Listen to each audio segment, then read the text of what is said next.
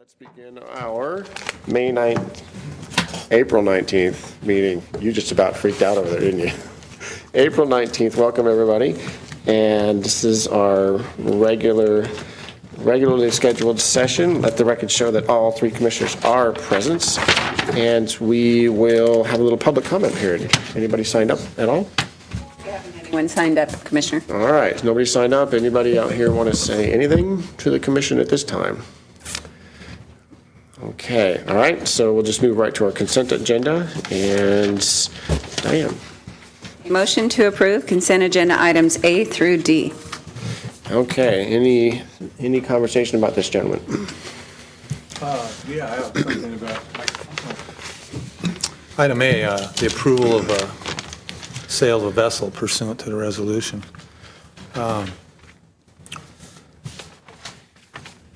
I was hoping maybe we could put that off for 30 days or so. Reason being, I did a little research, and the owner of the vessel is trying to move forward with taking care of things, but probably going to need a little more time. So due to the failure of the pink salmon run last summer and the poor sockeye return, so on and so forth. Not trying to make excuses, but I'd like to see maybe a little bit more time on that. A on the consent agenda, approval of that vessel sale. All right, why don't we do this? Why don't we pull A off, because I'd like to get a little more information about that, and just we can vote on items B, C, and D for the consent agenda. Before we pull that off, can I ask, I don't know if it's legal or who, how long of a grace period do we have now? What are we going outside the bounds of what we've done in the past? It's within the commission's complete discretion, number one. The curb line of that is you can't gift public funds. So if you were to say, for example, we're just not going to charge this guy this year, that might be a problem with the state auditor. But absent that curb line, then it's commission's complete discretion. Although I must tell you, and we can hear from port staff, that there are timelines internal to the process, and if you miss timelines, you may have to redo part of the process, but that is an administrative function. Dan, I don't know where you are on your timeline. But my message is your complete discretion, Commission. Dan Stahl, Maritime Director. I would echo what outside counsel has said. The collection procedures that we're following is in concert with Resolution 1349 that was passed by the Commission. We are following past staff practice with this collections, and we're pretty consistent with that. And as Frank has suggested, if the Commission wants to take some additional time, it's not a violation of the RCW. The resolution does allow some additional flexibility if the Commission wants to do that. So it looks like we want to have a conversation about this, so why don't we pull that, vote on consent, and we'll just talk about it. Sound good? Okay. All right. So all in favor of items B, C, and D on the consent agenda, say aye. Aye. Aye. All right. So let's have a conversation about the sale of the vessel, item A, which we pulled from our consent agenda. I see it, under that resolution, it already has 90 days. One second, Dan. Can you read the motion? I'm sorry. Of course. Commission's authorization to sell vessel pursuant to resolution number 1349. Okay, Mr. Robbins. Well, that was my only comment. Didn't have this resolution memorized, but I see it's 90 days. And you're just asking for another 30?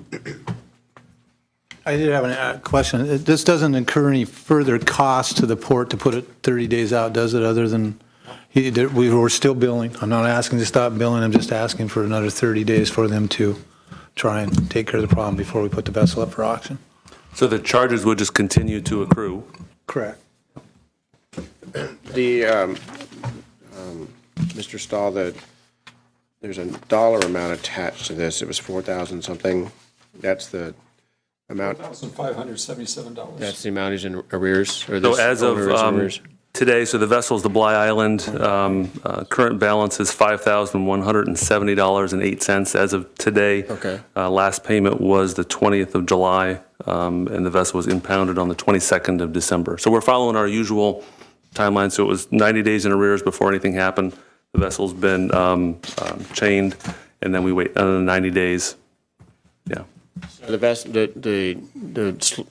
No payment for anything that this person leases from the port has been made since July of 2015. Correct, July 20th. Okay, and then the vessel was seized On the 22nd of December. December. My apologies for that, sorry about that. And then you wait the 90 days, which is where we're at right now.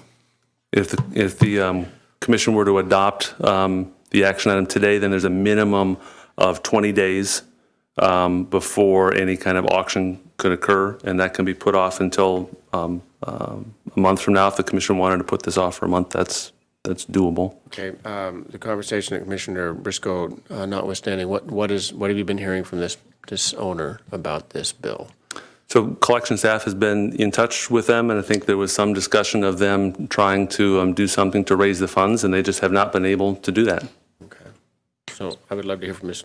So the balance, I'm sorry, the balance that is on your agenda packet is $4,577. It sounds like it's now $5,100. As of today. So that's, half of April has been accrued on there to increase that, but the amount in your agenda packet is $4,577. And Dan, it would still be another 20 days if we had passed this today before Correct. it could be auctioned? Correct. And that gives the owner time to pull something together. They can. If we add another 30 days to it and pass it 30 days from now, then it can't be auctioned for another 20 days. Correct. That'll be 50 more days. And the charges continue to accrue that whole time. All right, so usually I know that there's quite a long process, and this is since July of last year, but I think I would like Mr. Briscoe to convince me. Just simply trying to put a hand forward to somebody that is having trouble. They are trying to sell some stuff they have, some property, to take care of the problem. They don't want to lose the boat. I can understand that. They're in a position where they can't do anything unless they can move their real property that they have, and that takes some time. Is this a commercial fisherman who? It's a tribal fisherman, commercial Tribal fisherman. fisherman, all right. Are they likely to use this boat to fish in the future? Yes. Very likely? Or they're just hanging on because they have an emotional attachment to it? No. Because there's a lot of folks that have emotional attachments to things that probably should have sunk I years don't ago. think it's an emotional attachment. It's a tool to make a living. And beings of, we can go over the failures of last year for everybody. Everybody has business problems, but I just felt with talking with Andy and talking with the folks at the tribe that maybe it would be best if the port could put their hand forward with another 30 days, which really doesn't cost us anything. If we're not costing us any money out of staff time dealing with this any differently, is it? And in this, correct, it's not. And in this instance, we feel the vessel is worth more than is owed. That's not always the case on some of these, so. What do you think it's worth? More than $6,000? Yeah, it's probably closer to 20. Okay. The only concern I would have would be we set a precedence when we set this up and we have the time and the time comes up and they know that now each one can come talk to either one of us and get an extension. Now, if this is. Let me clarify that, Dan. Nobody came and talked to me and asked for an extension. This is my own doing. I looked at what's going on there and I thought, you know what? Maybe this is a case where we can put a hand forward and it would help someone, and it's not going to cost us anything to do that. Let me be very clear that no one came to me and asked me for anything on this. So the commissioner's correct about being concerned about precedent, but I think in this case, because the vessel is worth more than what is owed, and that is a rare thing for us to seize a vessel that's worth more than what it's owed, we essentially have collateral because we have the vessel. Now, if this were a case where the vessel were worth less than what's owned and we continue to accrue monthly charges and what's owed gains and the vessel decreases in value, we just get ourselves more and more underwater. But in this case, I think we've got a pretty good piece of collateral to go back onto.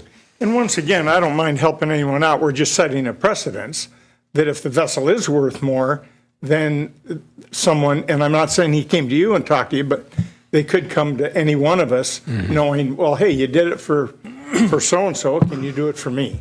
And I just want to Well, that's why I make us realize we're opening Pandora's box here. I preface mine with Commissioner Briscoe has to convince me. So the value of the vessel is much higher. I suppose you could make a logical argument that says you would be willing to allow these charges to accrue until the value of the vessel and the charges were equal, in which case you're done, right? But then what's the point of doing that?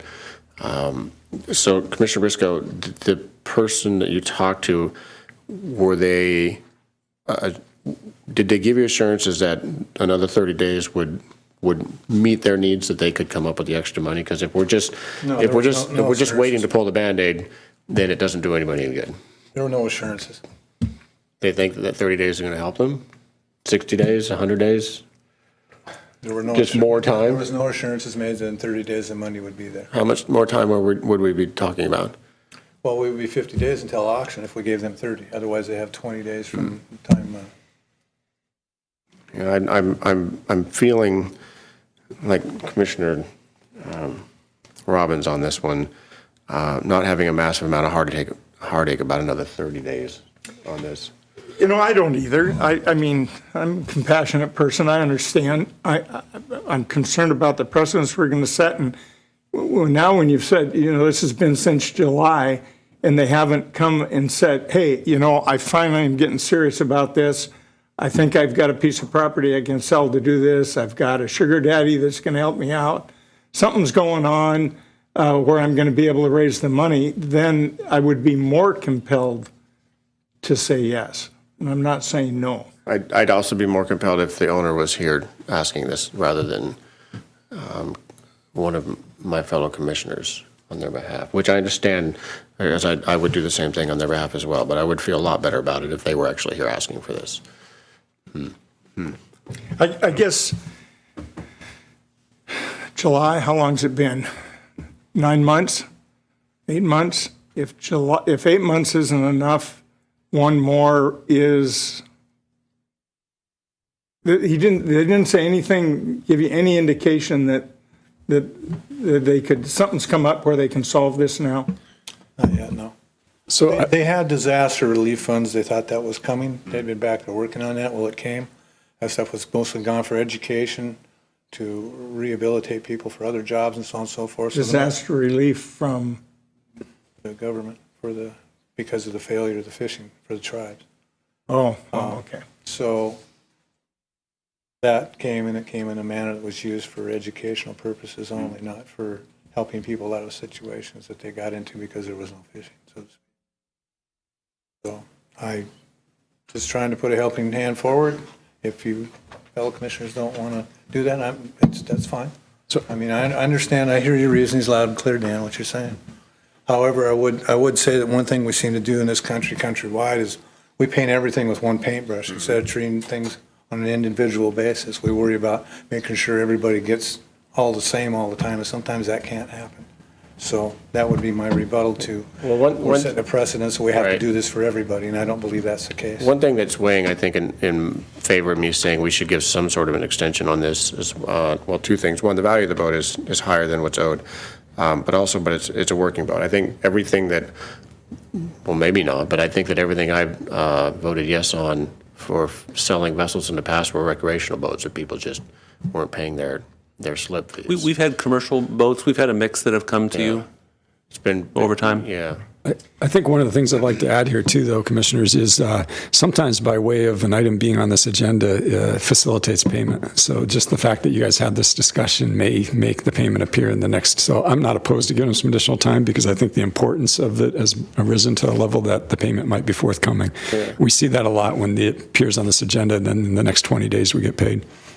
Dan, when the boats are auctioned, do they usually go for the appraised price in fairly soon, or is it usually a fire sale, or? Typically, the boats that end up at auction are boats with a lesser value. And so oftentimes what is owed in mortgage exceeds the market value. But not in this case. Not in this case. So this is a little bit unusual.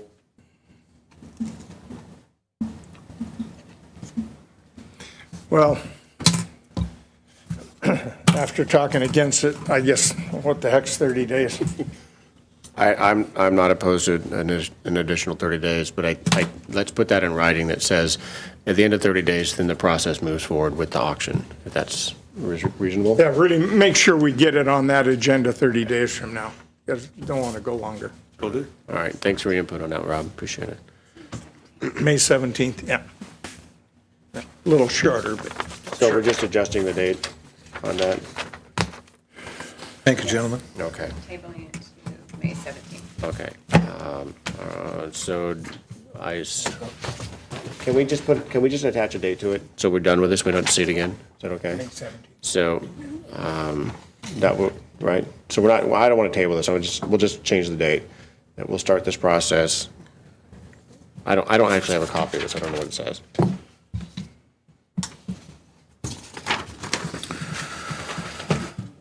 So what I'm hearing from the commission president is he would like the motion, commission's authorization to sell vessel pursuant to resolution number 1349 plus 30 days. Yes, exactly. From today. Correct. So you'll need to vote on that item. All right. Are we okay with the language on that, gentlemen? Yes. All right. All in favor? Aye. Aye. Okay. All right. In that case, let's move on to our updates. So I think Sylvia's up first. Oh, John. Thank you, John. New Commissioners, John Mitchner, Port of Bellingham Economic Development Specialist. I'm going to, yes, and welcome CJ Sites with the Small Business Development Center here to give us an update of the great work they do here in Whatcom County.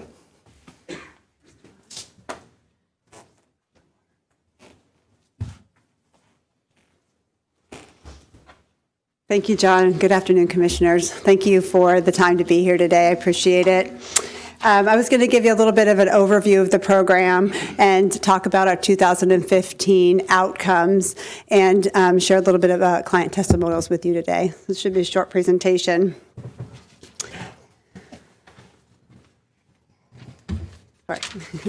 The SBDC is a cooperative program. It's a 36-year-old federal program that's governed by the SBA, and it's coordinated by Washington State University out of Spokane, for Washington State, obviously.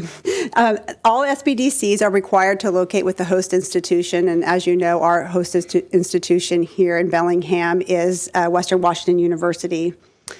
Because we're federally funded, we rely on local funding, and the local funding comes from the tri-funders, and that's the Port of Bellingham, Whatcom County, and the City of Bellingham. And thank you for your continued support. This year, we're celebrating 32 years in Whatcom County. Our core mission is to improve profitability and thereby stimulate economic growth. Our efforts stabilize and grow businesses. We help them start viably. We help them make good decisions. We keep them in our community.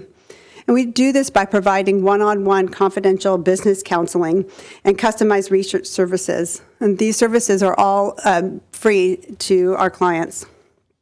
All SBDC certified business advisors are required to have previous business ownership and leadership experience. Additionally, most of us have our MBAs, and we are required to be certified. Certification is governed by a state board, and Washington State is looked to as a best practice. Our staff, we have 3 certified business advisors, Deborah Lee, and she's here today in the audience, Eric Grimstead, and myself. Haley is our program assistant, and what she does is she does a lot of the data collection, and she's the one that's answering all the phone calls and talking to all the incoming businesses and making sure they're getting to the right resources. We have 2 MBA graduate students, Ruby and Ben, and so they're doing the bulk of the research and mocking that up for review for the certified business advisors. And we have a marketing intern, Zach, and his focus is to make sure that our community is aware of our services and aware of the offerings. The SBDC has strong analytical capabilities. We have a national research center in San Antonio, Texas, that's dedicated just to SBDC clients nationally. And then in the state level, Washington State University in Spokane has 18 students that are working, again, just for Washington State SBDC clients. But best of all, we have those local researchers, the graduate students that are working with us. And what's so great about that is that they get to sit in on the meetings with the client, and they get to hear in real time what the issue is, and then tailor the research specifically to the problem, but also specifically in the voice of where the clients can learn the best and meet them where they are. So one of the examples that we're working on right now is we have a client in Ferndale who's getting ready to retire. She wants to know how much her business is valued. And so we're looking at a business valuation for her and helping her make decisions on how she's going to be parsing it out, selling the total or breaking up the assets. Another thing we're working on is a go-to-market strategy for an entrepreneur who has a new exercise product. So we're doing lots of market research and international market research. So before I talk about our activity summary, I was wondering if you guys have any questions about the program or how we work at all before I go on? Anyone? Okay. I do have one quick question. Can you describe the go-to-market process that you use to work with, for example, an inventor, entrepreneur, whatever? I can talk about this one. They're not necessarily always the same. So this one in particular is, this one in particular, we're looking at developing target markets. And so, that's a very niche product. So how, who are these people? What do they do? And then how we're going to reach them. And then we're modeling different scenarios about how we're going to start penetrating that market, how much risk they want to take. So we start developing pro formas and say, okay, well, how big are we going to start? How big are we going to start out here? We've developed this target market in this part of the nation and this internationally, those sorts of things. And then we look at about what media, how we're going to connect those and make those sales, close those sales, and develop those strategies in order to get the best results when we pull the trigger. Does that help? Does that help? Mm-hmm. Yes, thank you. I will make a comment. I volunteer for the organization called SCORE here in town, and we work hand in hand with you folks, and it's really a good relationship. You do a good job. We sometimes send clients to you, you send clients to us, and it's really a wonderful thing for the community. So I'm, of course, in great support of it. Thank you, Dan, and we really appreciate SCORE support. You'll see why when we get to some of these numbers. We really couldn't do the kind of in-depth work that we do with the businesses if we didn't have the support of SCORE too, because there's so much demand in our community. So in 2015, we worked with almost 600 businesses, and so this includes businesses that are calling into our center needing something or other, and then we start talking to them and seeing what they need. And we enrolled 317 of those clients into our program. So then, the delta of that, we need to help find them the right resources, and oftentimes that is SCORE. So we get them to the right place at the right time. Let's see, we provided over 1,700 hours of counseling and nearly 1,600 hours of research services. We conducted 22 trainings locally to the business community. This is the needs of our clients. We often get asked this question. So I do need to preface this that we have a new database in 2015, and you'll notice that big line on the bottom. So there's a new category that's just managing a business. So it's going to take a while to kind of be able to compare well. But what I do want to report out on this slide is looking at the buy-sell on the top of the chart there. We're seeing a lot more buy-sell activity in Whatcom County nationwide. So there's an exodus of business owners that they're ready to retire, and we're seeing a combination of things happen from that. But we really want to get out that we want people to plan. So instead of just closing their doors, we want to help find. If it's a viable business that creates jobs in our community, we want to help find a match for that and help it be a strong sale. So we work with both sides on the buy-sell. And we're working with several of them right now. Here's the industries that we're working with. A few things to point out is we're working more with manufacturing than we have in the past, and also with startup technology. We have some interesting stuff going on there. We categorize our businesses into startup, so obviously they're startup, and we're talking about startups that have gone through pre-concept. So they've worked with people like SCORE or with other agencies in town, and they know they have a valid idea. They talk to Dan, and he's like, "Who's going to buy this? And how many people do you think are going to buy this?" And look at Google, and there are 12 people already doing this, or whatever it is, to help people really understand that they have a viable business concept. And then, so we see about 10 or 15% startups that are qualified and are ready to get funding. They're either need more market research, or specialized international research, or they're seeking funding and they need us to mock up pro formas and go over business plans. And we see about a third, about a third of them are retention, and what retention is to us, there's some sort of issue or problem. They're not realizing the profits they'd like to be realizing, so we're helping them work through something. And then the rest of it, and it really is the sweet spot for us, is people that are expanding and growing and working on growth strategies. And so we're working with businesses a lot doing that.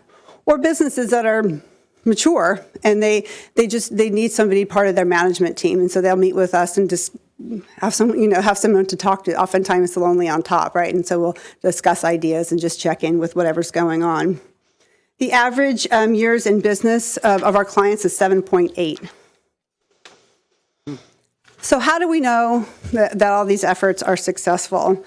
Well, the SBA looks at two things. They look at jobs created or retained, and they look at capital formation. Capital formation could either be owner equity or owner investment or debt financing, so money that's coming into this community. And keep in mind, all of these impacts that we're reporting to the SBA, they have to be client verified, literally signed off by a client that we were significant in helping them achieve this result. So in 2015, we saved or retained 121 jobs and brought in $5.1 million in capital. Another thing that we're building is looking at our client profile. So we're still trying to get all the data of our clients to be able to make sure this is representative. We have about 50% of our clients represented in these numbers. Keep in mind, some of them are startups, so we don't have much information on those yet. The gross sales are $144 million in 2015, and the total job represented are over 3,000. This is a little bit of information about the startups we worked with last year. So 14 startups total in healthcare, retail, professional, technology, and real estate. And then there's our loan activity broken down a bit. Also, keep in mind that loan activity isn't necessarily just for startup. We're working with a lot of expansion or equipment investment too. This is one of my favorite statistics, and this is something that is done nationwide. And this is a researcher from Mississippi State University, and Dr. Chrisman, and he surveys clients that we've worked with for 2 years, so long-term clients, and he measures for us, the effectiveness of what's going on with these clients. So SBDC clients in 2014 enjoyed an average of 10.5% increase in sales as compared to Washington State businesses on a whole at 5.4% growth. And then an increase of change of employment, SBDC clients enjoyed 11.7% versus 2.8% for Washington State businesses. And so for every local dollar that's invested into this program, there's $22 for a return on investment. And finally, telling our stories, it's hard, right? Because the cornerstone is confidentiality. We can't reveal anything about our clients unless they've given us permission to do so. And a lot of clients, remain confidential, but these folks have given us permission to talk about them. We have a video, but apparently the QuickTime got corrupted, so we're not going to be playing the video today. We worked with the Bellingham Center for Healthy Motherhood. We helped them start up, and they say that the SBDC's feedback and help is what helped us nail down our business plan. And Scratch and Peck, I'm sure you've heard about them. They've gotten a lot of media lately. The SBDC helped us further understand the importance of our financials as well as offering resources for other needs as they arise. And finally, Jeff Caldwell, he's a growing green heating. I would encourage any business owner, even if they are new to business or have been in business for 15 years, to talk to them because they are a wonderful resource here. Well, that concludes our presentation. So I was wondering if there's any more questions. Information that you would like.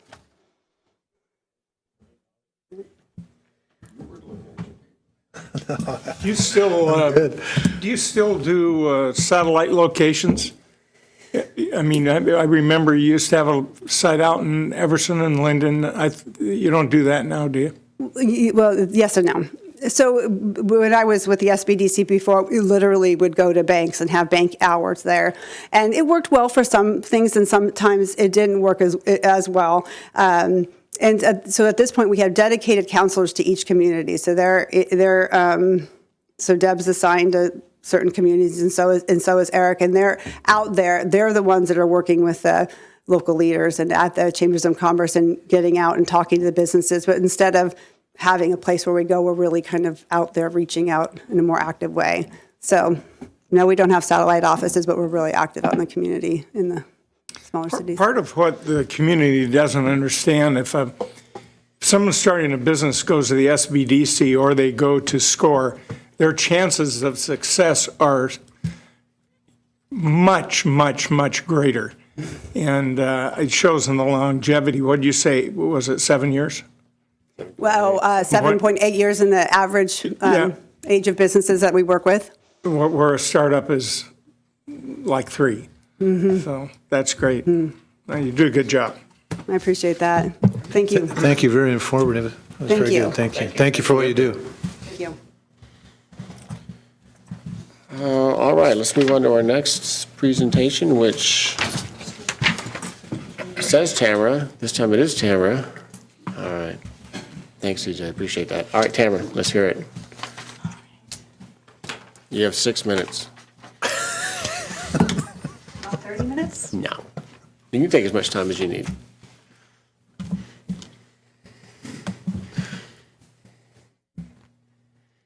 You know that the president starts the State of the Union with, the State of the Union is good. So I don't know why they spend the next 2 hours talking about it. So you could do the same. You could say financials are good. Tamara Sobczak, Director of Finance. Finances are good. All right, let's grab lunch. Okay. Next. This is actually a report, pretty brief report on the first 3 months of the year. See how we're tracking against budget, how we're tracking against what we did last year, and see if there are any surprises that are cropping up. So I like to start with the balance sheet. First off, you can see that both assets and liabilities have decreased pretty significantly in the last 3 months.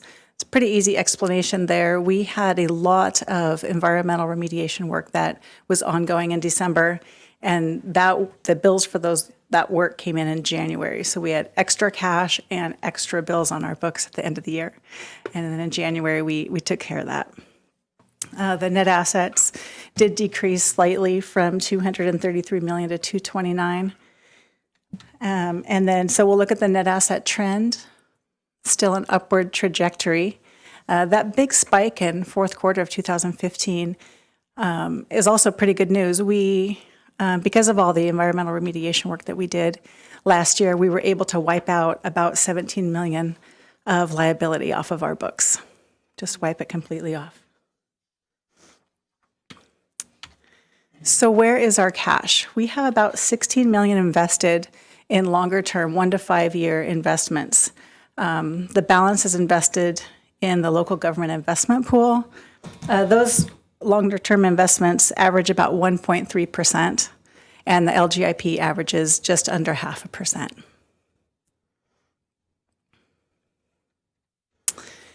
So looking at revenues and expenses, first quarter revenues, the green section there, $5.5 million, is our operating division's revenue, and that's right at budget. The $12.5 million yellow piece there is our non-operating. That is grants and property taxes. That's very large compared to what we've done in the past because of the large cleanups that we have going on right now. Compared to a year ago this time, we had about $5.3 million in revenue, so they have increased slightly year over year. And again, just those environmental cleanups, that yellow piece is significant. How do expenses look? First quarter 2016, we were about $3.3 million in expenses. Again, pretty close to budget, slightly under. And that $12.5 million are those cleanup costs. Compared to last year, same time, our expenses are tracking right equal. Usually we see a little bit of increase year over year, so this is pretty good news for us. So going to the operating divisions, how did the number one rated customer service airport in the nation perform? Revenues was a little worse than last year, but right on budget. So no surprises there. We are performing as expected. Expenses is better than last year and better than budget. So we can see that our cost-saving efforts are paying off. And net income slightly better than expected, but still under what we saw in 2015. Looking at the marinas, revenue is below budget, but better than last year slightly, and expenses are below budget. First quarter is not a very good indication for this division because it's so seasonal. We have more expenses and revenue in the summer months.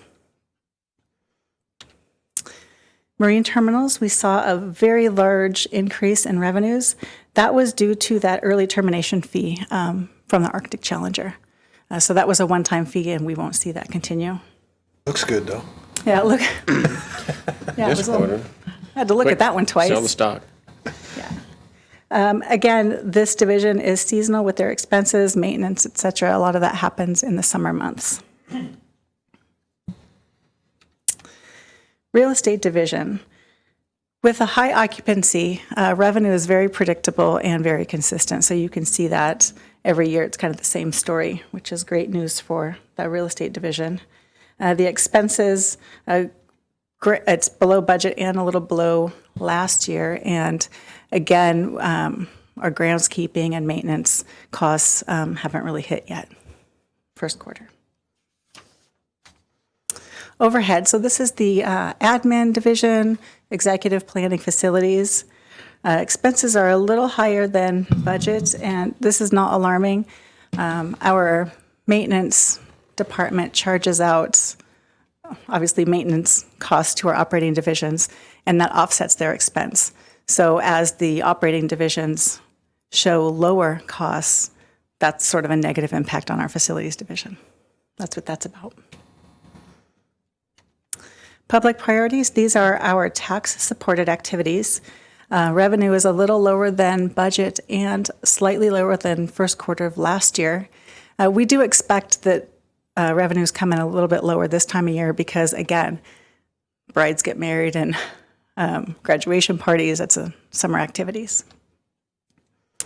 And the expense side is pretty well under budget. I looked at each line item and pretty much everything is under budget. Legal costs, outside services. We're doing a lot of in-house work, so saving some dollars there. So that's it for the operating costs. So were there any questions so far? No? Okay. So we usually talk about what capital projects have been completed, but this time, since it's the first quarter, we thought, well, let's talk about what projects we've started so far this year. The C Street barge ramp has begun, estimated completion July of 2016. The All-American Marine Project, we expect to award that bid on Friday and be complete by the end of the year. We have some roof repairs to the shipping terminal warehouse 1 and 2, and that should be completed this summer. We are working on the shipping terminal rail span repurpose. We are going to design to 30% complete, go out for a permit, and then reassess the project at that point. At the Blaine bulkhead, options analysis has begun to see what can be done there. And then projects starting in the spring. Waterfront district grading, 20 acres by July of 2016. There are a handful of Blaine marine structures that need immediate repairs. We expect to complete that by late summer. The C Street terminal infrastructure, we expect to complete that by the end of the year, around November. And then finally, we have some web houses in 2 in Blaine, 1 in Squalicum, that we are going to do some work on the roof and siding. Right now, the RFPS is out, and then do those repairs in the fall. And then looking even further out, summer, fall starts. For Haven Shipyard Pier, bid that in the summer. Zuwanich bulkhead and other storm damage. The RFPS is under review right now. The general aviation apron rehab project is out to bid. The All-American Marine launch route and fit-up float is in design now, looking at a 2017 to 18 in-water work window. Lignin building improvements, looking for a summer bid. We have miscellaneous water lines at Blaine, the Cruise Terminal, and Fairhaven Marine Industrial Park that we expect to do those in the fall.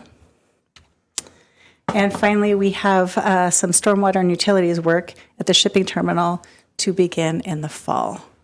So that's sort of our major projects lineup for this year. Any questions about that?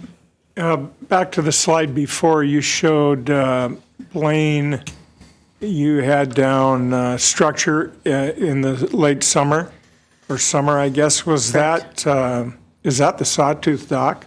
The Sawtooth is part of that. So it Yes. won't be finished in time for fishing season this year? I need to ask Adam.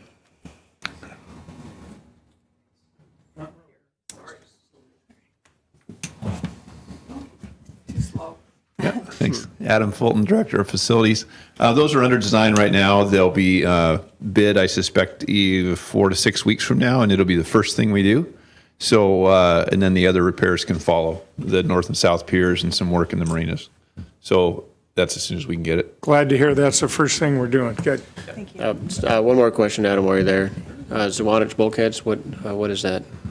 Yeah, that's actually, it's two projects. We had in our budget for this year to repair the bulkhead around the top of the visitor gangplank. Okay. But then we had these storms of a few weeks ago that exacerbated that situation. So now it's kind of a combo that we are fixing what was taking 30 years to do, and then we're fixing what took 30 minutes to do. So the storms that we had, I didn't know they affected that much more, but I did notice down by the plywood plant, they were moving some things around as well. Should we expect that there's probably a little bit more from that storm that we're going to find as we dig around more? There's actually about 8 places around the bay, beginning at Marine Park and working all the way around the shoreline alongside the Mount Baker Products parking lot is probably the furthest north, but there's about 8 places that our storm damages occurred. Okay, thanks. Hang on one second, Bobby's got a question. The bulkhead that was spoke to in Blaine, is that the one concerning Sound Pacific Seafoods, that bulkhead, or what are we speaking to there? So what we did there was, the first thing we did was we surveyed all of the bulkheads on that entire peninsula. And then still for discussion then is zeroing in on what we want to try to design and repair in the first go. So. Okay. That's it? All right. Thank you, Hannah. Off we go. All right. So kind of leads into this risk management activities. We did have one major incident in 2016 so far. It was that windstorm in March, that unexpected strange windstorm. There were some bulkheads that were damaged. The cost estimate is underway, and our insurance carrier has been put on notice. Open claims for the ports. The GE's boat fire, we still have to dispose of the boat holes, and we will do that as soon as the settlement is finalized. The windstorm is open claims for the ports. Like I said, we put our property insurance carriers on notice, and we don't know the dollar estimate as of yet. Open claims against the port. The passenger ramp claim is still open. The verdict is being appealed.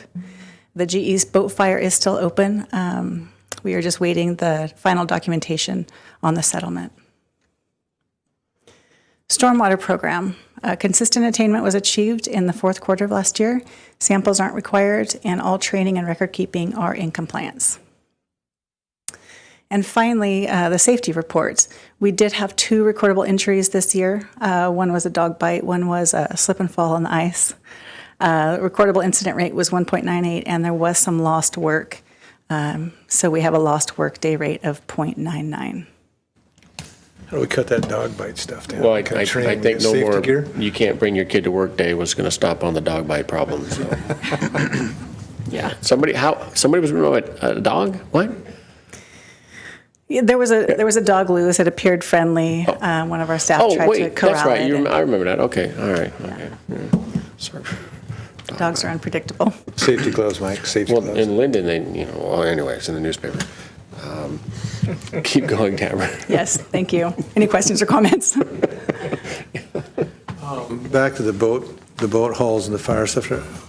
Do we pay for the removal of that stuff, or is that under insurance, or where is that at? We've been paid for that. Bob's here if we want specific numbers, but we've been paid for that. We just haven't done the work because we're waiting on the settlement documents to be concluded and signed off on, and then we'll dispose of them. But we've already been paid to dispose of those. Okay, very good, thank you.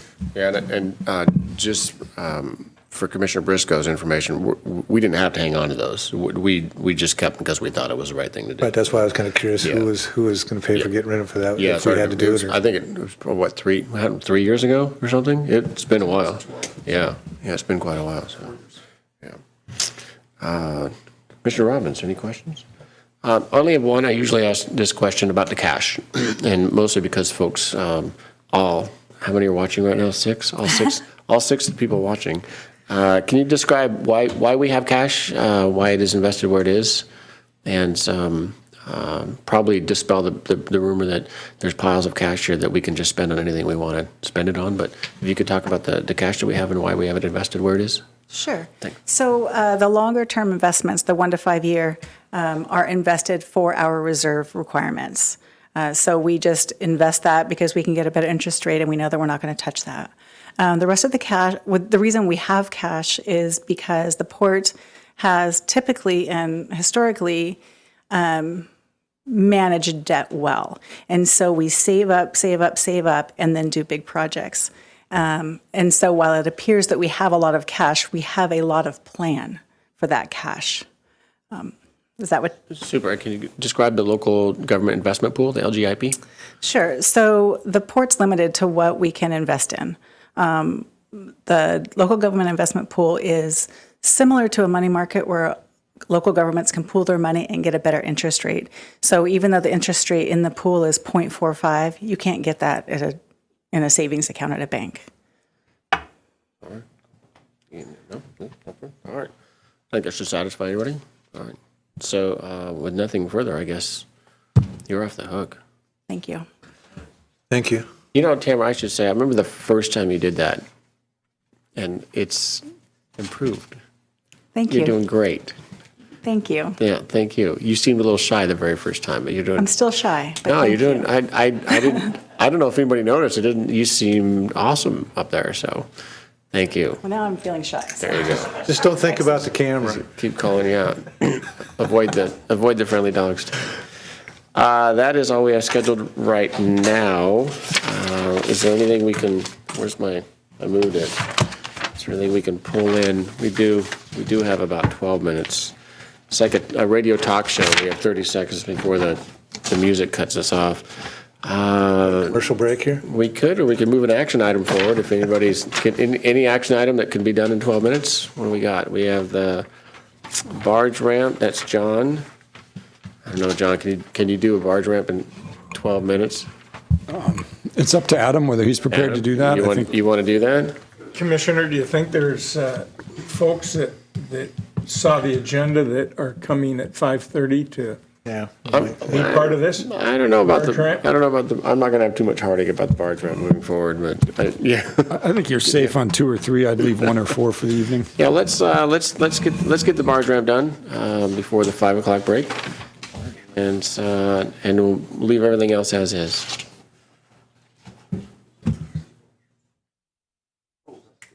Unless you've got a guest coming that wants to talk about the barge ramp. No, No. Yeah. no, but I would just hate to think you don't have. Great personnel here for that, sorry. What about number 3? So we can switch, yeah, let's do Three? number Let's do 3 then. Let's do the contingency increase for RAS. There you go. All right.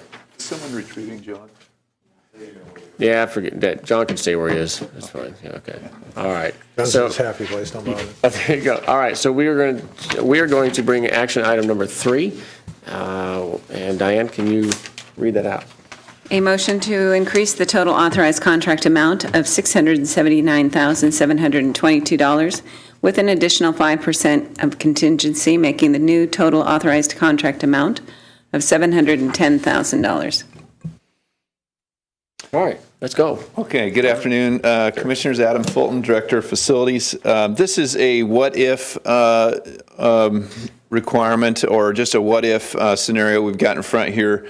Basically what it is going through this project, we're replacing piles and everything in the water, but we discovered that wasn't part of the condition survey. We just discovered a large part of rot that was a surprise.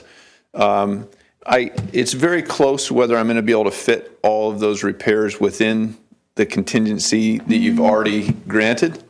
But in case it goes over, matter of fact, my projection is that we're going to be like $3,000 over. Then I'm just asking for some additional contingency in case I am $3,000 over. So the commissioners understand that? What kind of rod did we find? Well, it's just an old pier, and it's there's 4 or 3 by 6 decking stacked and with pavement over it. And what can happen is these are paved with asphalt, and you can get water running off the edge that curls around the asphalt and then comes back under.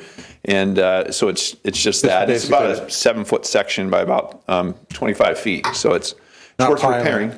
Not the piling, just decking? Correct, just the decking. So what's the solution? In my business, we just put special flashing in there. So how do you protect that from being a problem in the future? Yeah, it's a function of the old asphalt and the water working its way down through cracks from the movement of the pier and everything. So the repair is simply replace it in kind and then seal the top brand new again. And the edge from keeping the water from wicking back in, how do you satisfy that? Yeah, well, like I say, the solution has worked for 40 years everywhere else on the pier, but every once in a while you get a movement spot or something else. So this new pavement and new ceiling should get us a lot more time in that exact same location without any special measures. Wow. All right. Any questions, Mr. Robbins? Are you sure? I'm not sure, really. Are we talking $600,000 worth of rot? No, we're not. You're increasing it 5%, so it's only 5% of that is. Yeah, so if I could just elaborate for a moment, Commissioner, the original contract was $617,000, and then we got a 10% contingency, which took our authority up to $679,000. My calculation has us probably coming in right around $684,000, which puts me about $3,000 or something thousand over what you guys have allowed us to spend. Okay. So I'm just getting a little more contingency in case I run over. You could compare this to the situation we had on the Bunker C dig out, where the contractor ran over and I was out ahead of the authority. In other words, I was spending beyond my authority. In this case, I'm trying to get the authority increased and then go correct the problem. So it's only about $3,000 that you didn't expect. You're correct. Well, it's 30, but it's 3 of that 30 is over what you've authorized. Right. Yeah. Do you think we're going to need a little more than that, or do you feel pretty good about that? No, we're just about done. We're just 2 weeks from wrapping up. This will be plenty. And like I say, we may not even need it if I can negotiate well. And usually the contingency takes care of that. That's correct. It just didn't in this case, or you're anticipating it won't. That's correct. You feel better coming early than coming late. It's more comfortable. He doesn't have to bring his personal checkbook. No, I've heard you, and I appreciate this. Honestly, I know that you've apologized twice this year, and I personally appreciate it. I know Dan has said it out loud, and Bobby has as well. So this won't keep you from having to say I'm sorry. So that's awesome. It's been a banner year. Yeah, it's been great. It can only get better, right? Y'all are out there doing a whale of work. So just managing all this with the small amount of staff that you're working with it's pretty cool and tremendous. So thank you. Yeah, a few thousand here, it's not the end of the world, but thank you. Yeah, but thanks for coming early. Any more discussion, gentlemen? No? All right, all in favor? Aye. Okay. So we will see, let's call that the break, and we will see everybody back for the remaining action items and any new business at 5:30. We are on official recess until 5:30.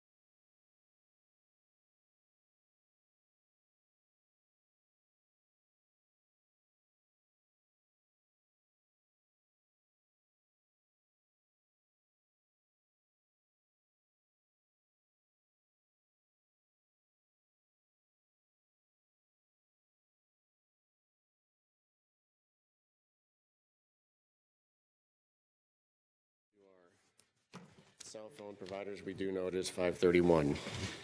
So we are good to go. Let's reconvene our meeting. We'll start the rest of this conversation with a public comment period. So do we have anybody who signed up for public comment? Wants to make a statement? Nobody signed up?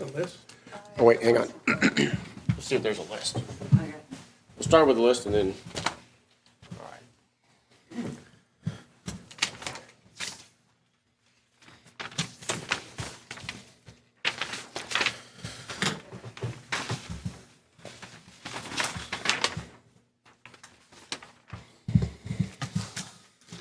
Did you? No, that's only beginning and end, like sine die. I will say, anybody who was here to discuss action item number 3, the contingency increase with RAS Construction, we did have that prior to the 5:30 hour. But if anybody does want to have a conversation about it, we can certainly do that as well. All right, while we're waiting for that, gentleman in the front, yeah, public comment, go ahead. Hang on one second, Steve. We're going to do the public comment. We need to get the agenda back up here.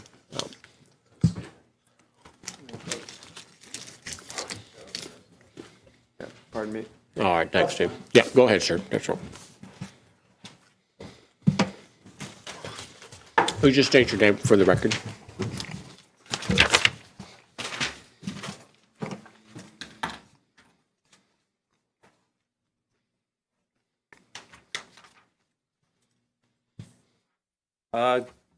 Good afternoon, I guess, Commissioners. I'm Brian Pernola, co-owner of Sound Pacific Seafoods, along with Paul Burrell, who's here today.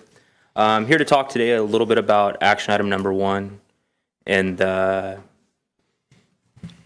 the Colony Wharf. I believe it's action item number 1, or number 4, excuse me.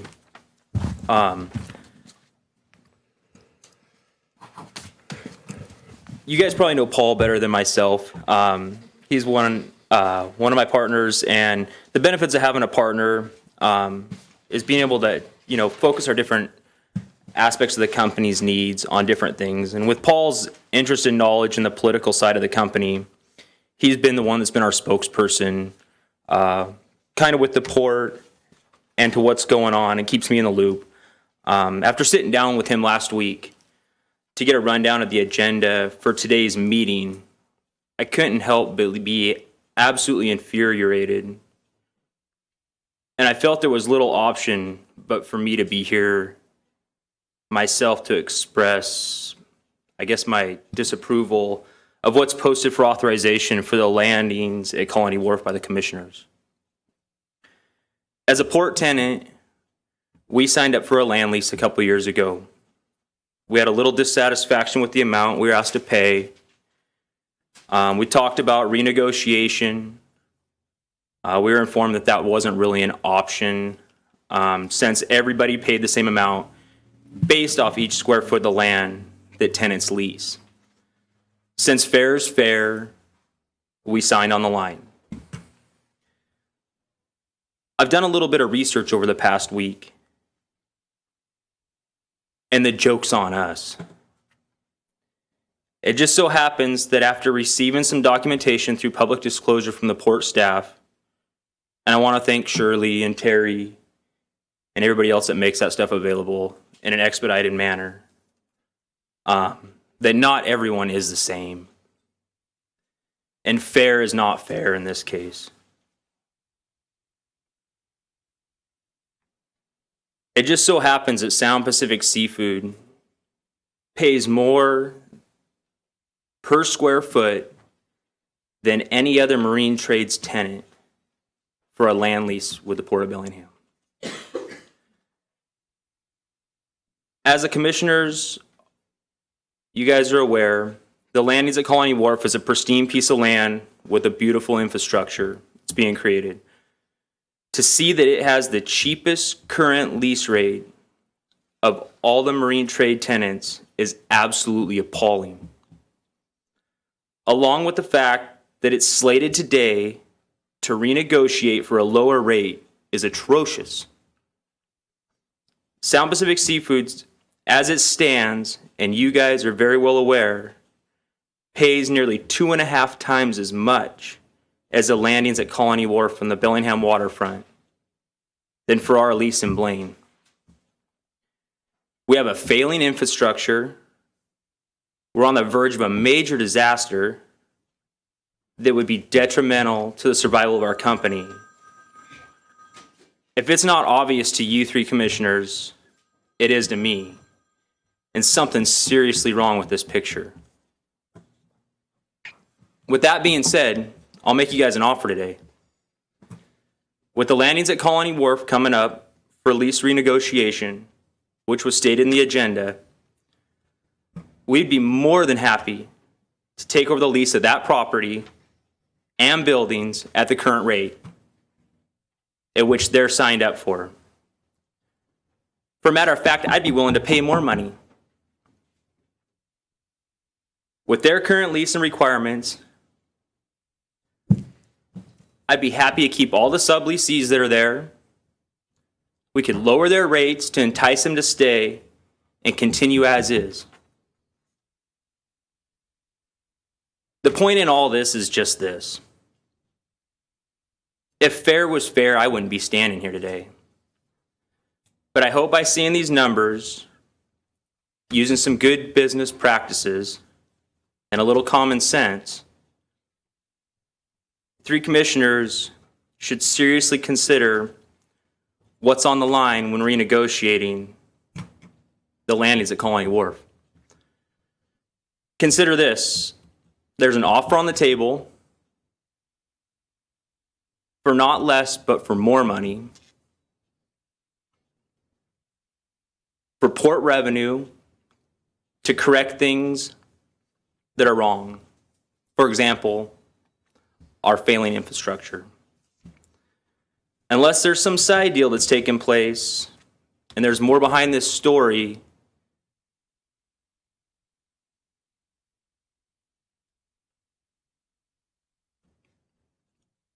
just realize this, that by moving ahead with the recommendations as stated in the agenda, to approve this lease for Colony Wharf, you'll be opening Pandora's box. That's all I got, guys. Thank you, sir. Phil Reese has signed up. Phil?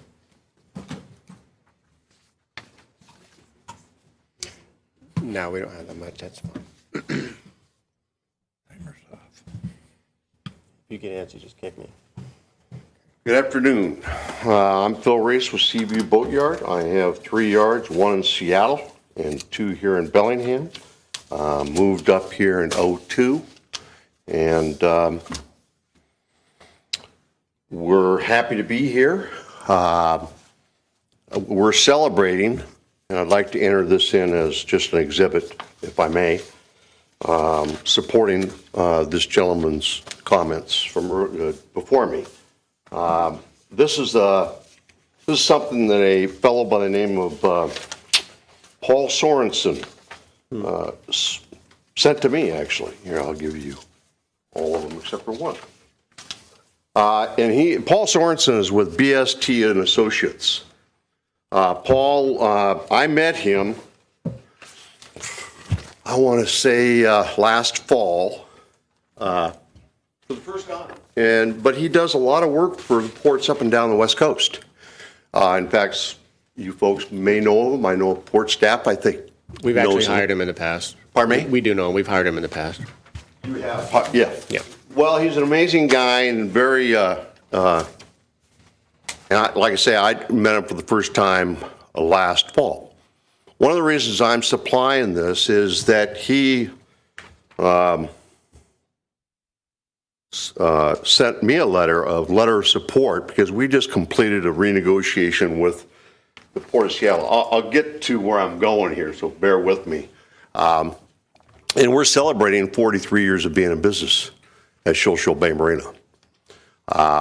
Since '97, we have invested at that yard, since '97, approximately $2.2 million at that site.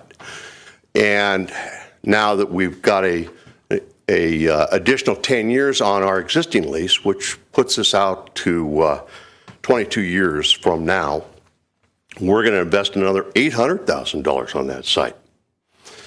The reason why we're doing it is because we're growing. Well, we needed more space. We needed a new travel lift. We needed additional building space, all of which I paid for.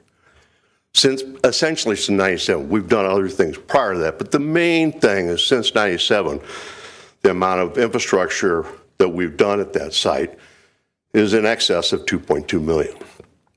And the reason why Paul sent this letter of support to me and in turn to supply it to the port commissioners at Port Seattle is he had just completed a survey study that he was hired to do by the Port of Port Angeles.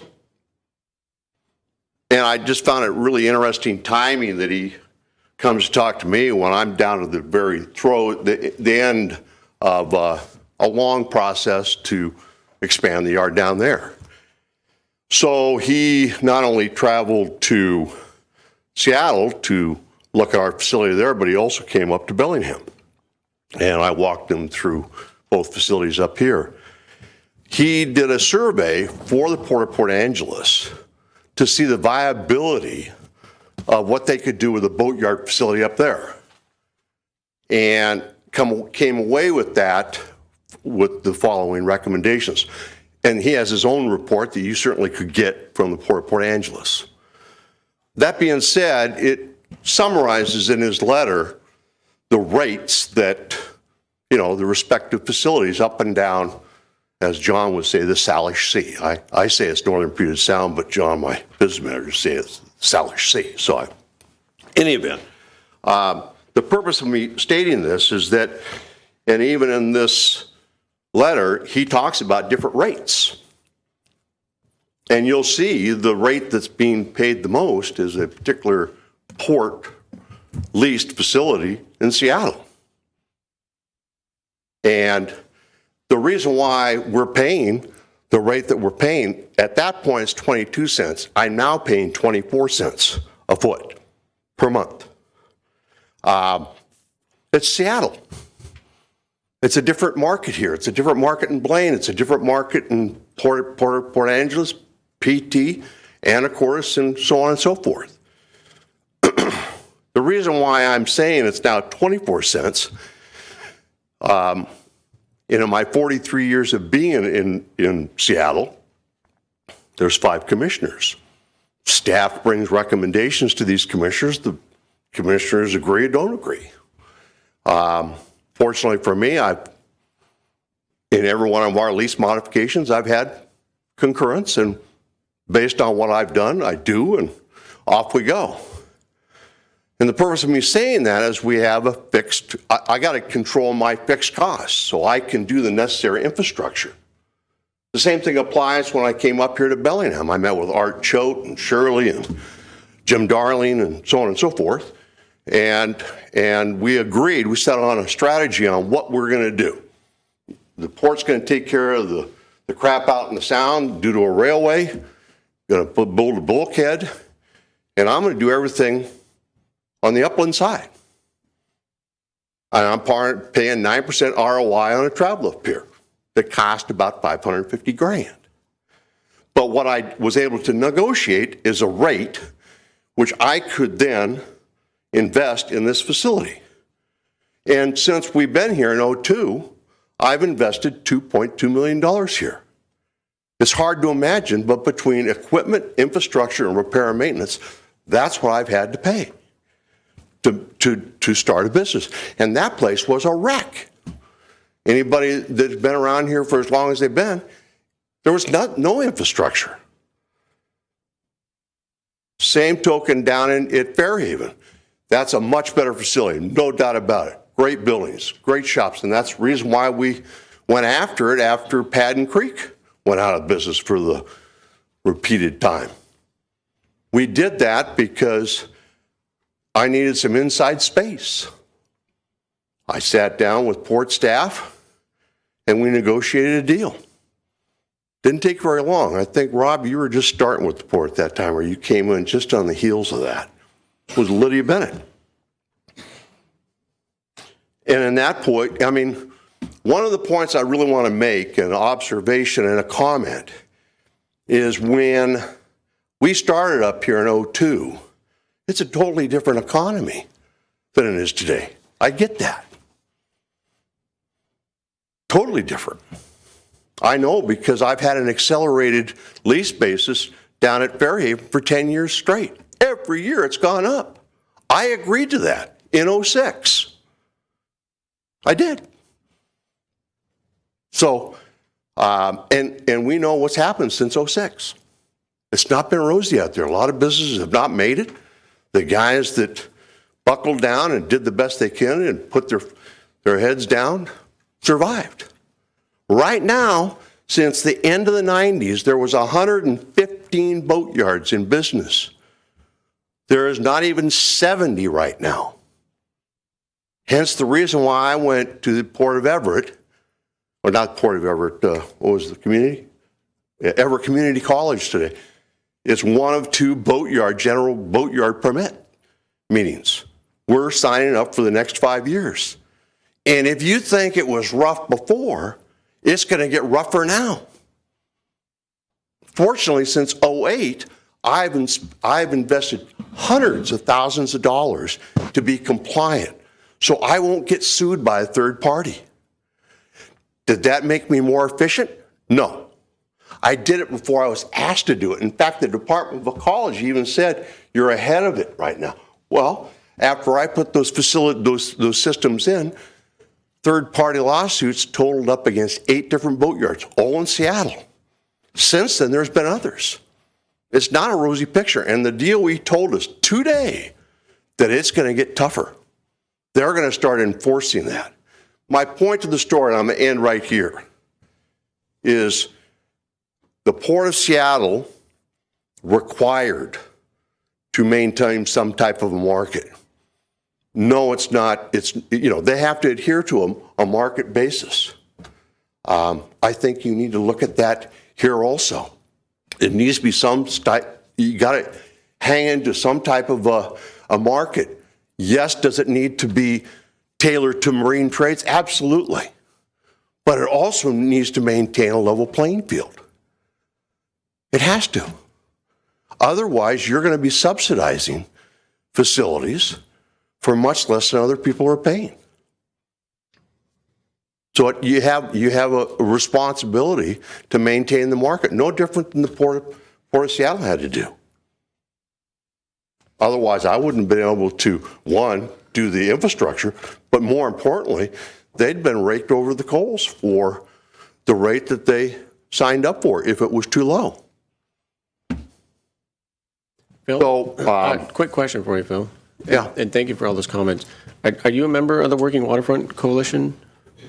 I don't know if I am or not. I don't think I've ever been formally asked to participate. What you're bringing up is a conversation that they will be having this year sometime, so it's worth having a conversation with them and weighing in.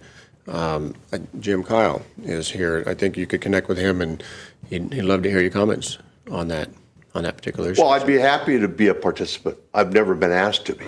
All right. But that all being said, I mean, my bottom line is, I'm very involved in NMTA, which is our association. Mm-hmm. I belong to the Sainer Association, Trollers. I mean, on and on it goes. And we have tremendous amount of fishing fleet comes to us. And I'm proud to say that because a lot of the fleet came to me at my former yard. So the rate has to be market or damn close to it, and it's got to be competitive to all. No different than compliance has to be competitive. I mean, in other words, everyone has to comply. You got the rules to play by, and if you don't, you're going to be subject to third party. And the same applies to business. You've got many marine attendants right now, as this gentleman has said. I don't know who. It's in front of you, Brian. I mean, he was spot on. So it has to be equitable for all. All right, thanks. Thank you. Those are the two that had signed up to speak. Anybody that wants to use this moment? All right. Go ahead, Paul. We haven't put a timer on today, but That'll be short. Commissioners, thank you. Paul Burrell, co-owner of Sound Pacific Seafoods, along with Brian. So you can probably see Brian and I have two very different job roles in our business. He's our procurement, and he likes to wheel and deal a lot, and he's good at it. I'm a little bit different. I'm the kind of the day-to-day guy. But as he stated, when we first negotiated with the port, we were okay with our port lease. But it's kind of one of those things when you all of a sudden see what everybody else is getting, you're no longer okay with it. I understand that infrastructure needs to be fixed. New infrastructure needs to be there. I also sit on the MAC Marine Advisory Committee. I hear about things on there. I know they all don't come from the same pot, but it's still, nonetheless, I'm okay with paying what we're paying. What Mr. Reese said, I believe it's true. It needs to be equitable for all. I fully understand there's volume pricing. I'd love to get there. I'd love to expand myself, maybe get our lease rates down if that's how it works. Most definitely. I'm also aware that over the years, there's been, the economy's changed, and so maybe lease rates were different at the time or property values were different. But at the property value we pay, we're one of two companies that are actually within the fair market value out of everything that I saw on our Public Disclosure Act. And we're at the high end of it, which would mean our facility or our property that we lease is in good shape. It's like Mr. Pernell said, it's not.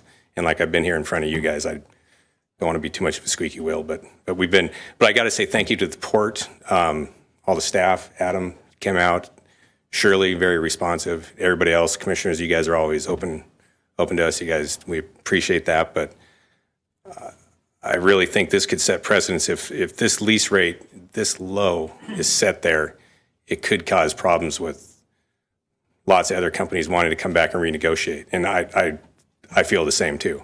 I would want to myself. So it's implore you guys to maybe think about it, talk about it, look at staff recommendations and say that,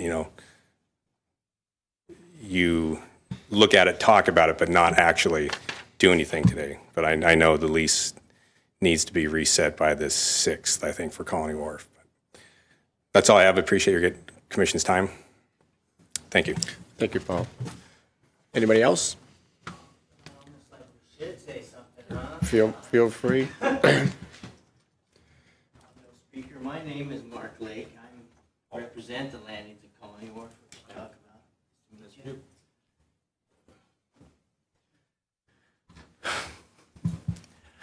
Wow. I almost wish you'd shoot more questions at me, but we've invested a lot of money in the infrastructure down at the landings at Colony Wharf as well. I don't know what the number is, but a lot of money, hundreds of thousands of dollars.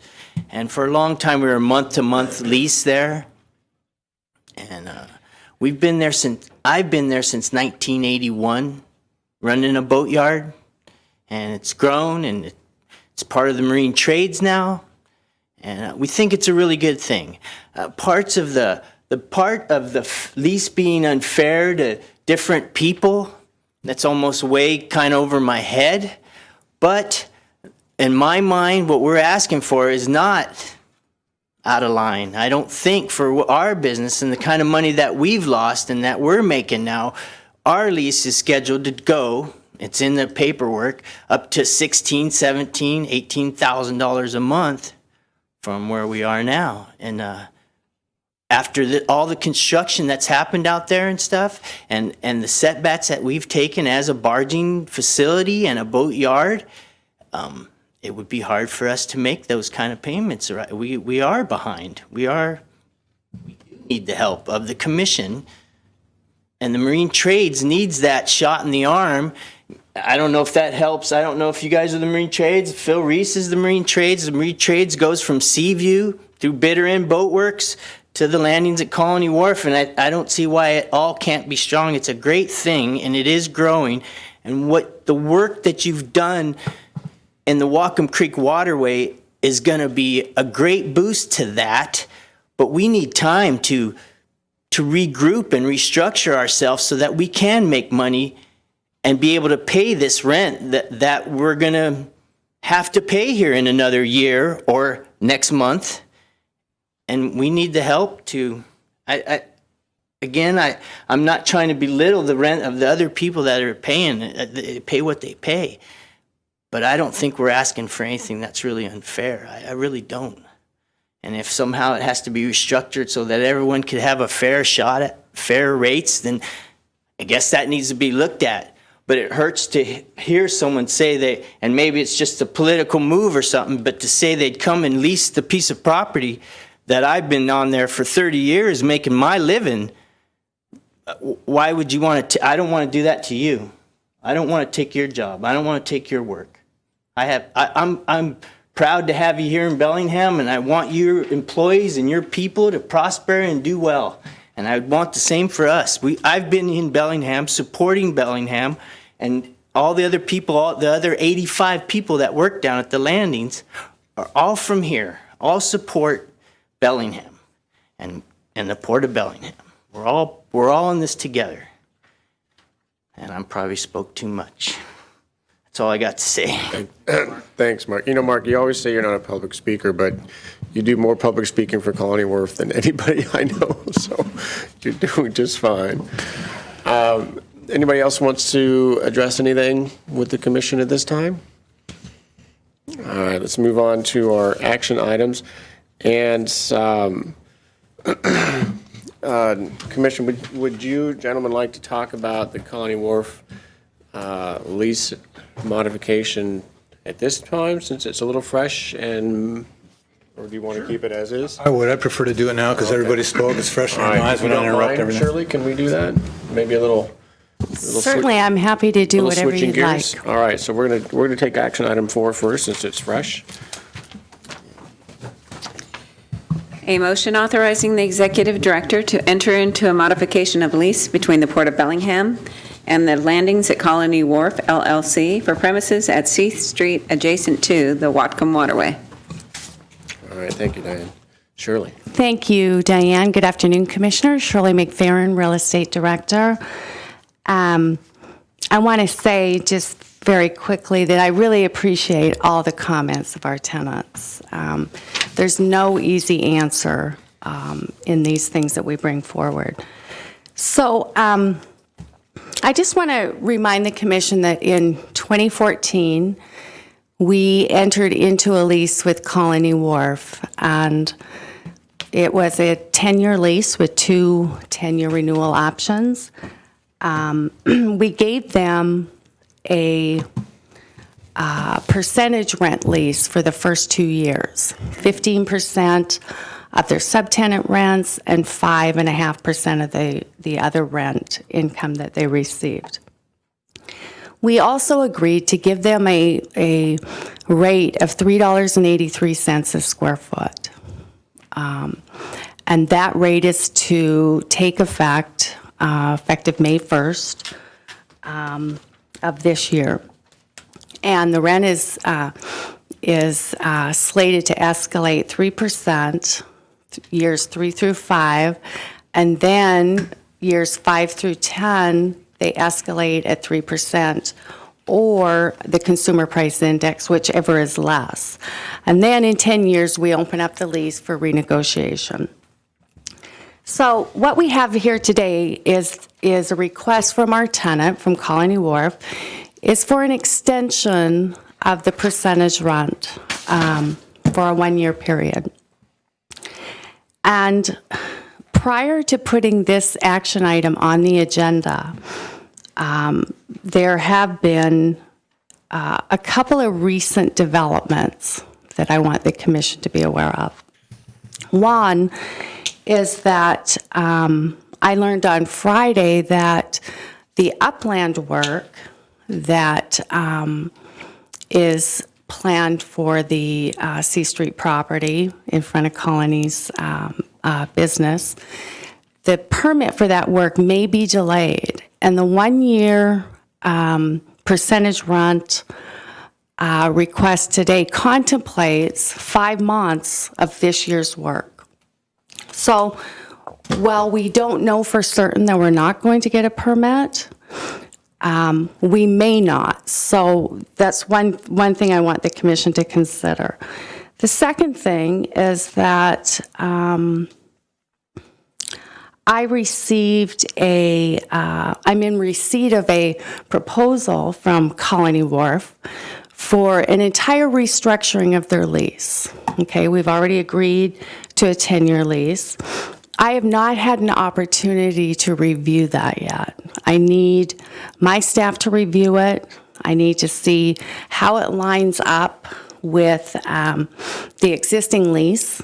I need to review it with Rob and the commissioners in order to give a response. So what I would like to propose to the commission today is that you table this issue for 30 days and give us 30 days to vet through those two items. I want to remind the commission, if we do that, there's a couple of things we need to think about. One is that the rent is slated to go up May 1st, okay?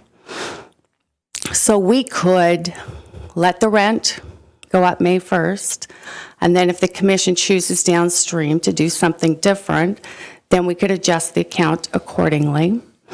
The second thing I would offer up is maybe the commission would be willing to extend the percentage rent for 30 days for the month of May until we have the opportunity to vet out all of these issues and come back to the commission.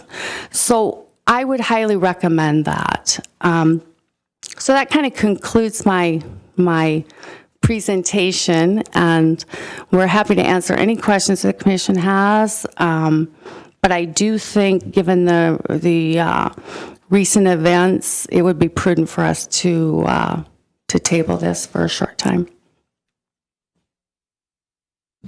Champing at the bit, my friend. Champing at the bit? You are. I wouldn't say that. No. Any questions, Mr. Briscoe? No, I have any questions for Shirley. Mr. Robbins? I haven't seen the new proposal.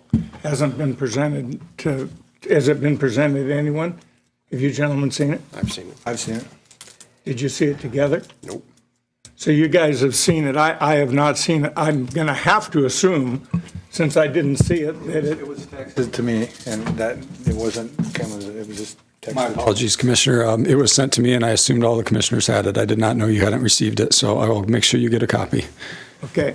Is it, I assume it's lower than the rent that went into effect on the 14th. It really doesn't go into effect until 2 years later, which is in May. Is that correct? At first blush, I would say it's substantially lower. Okay. But I need to look at the whole picture because sometimes people make a proposal that backloads things, right?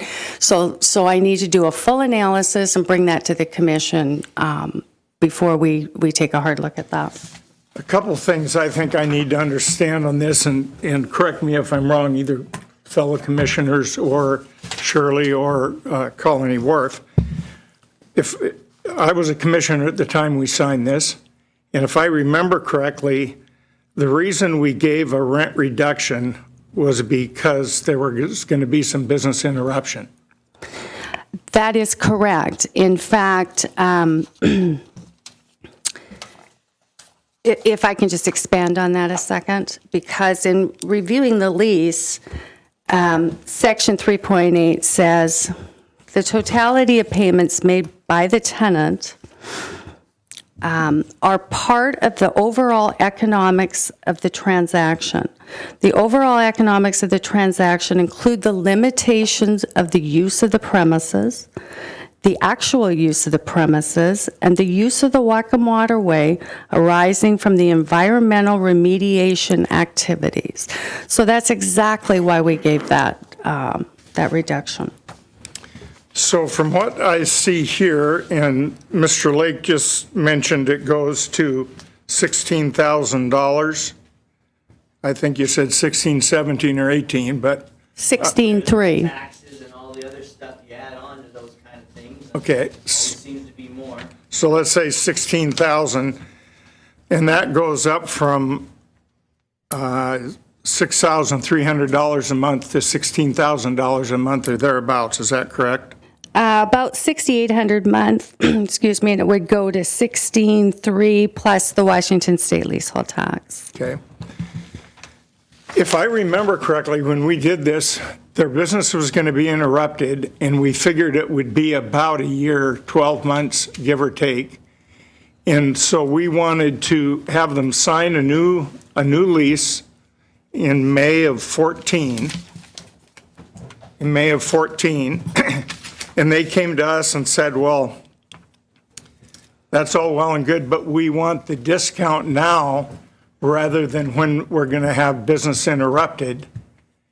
And not only do we want it now, we want it for 2 years, not the 1 year that our businesses are going to be interrupted. And also we want 2 free months rent.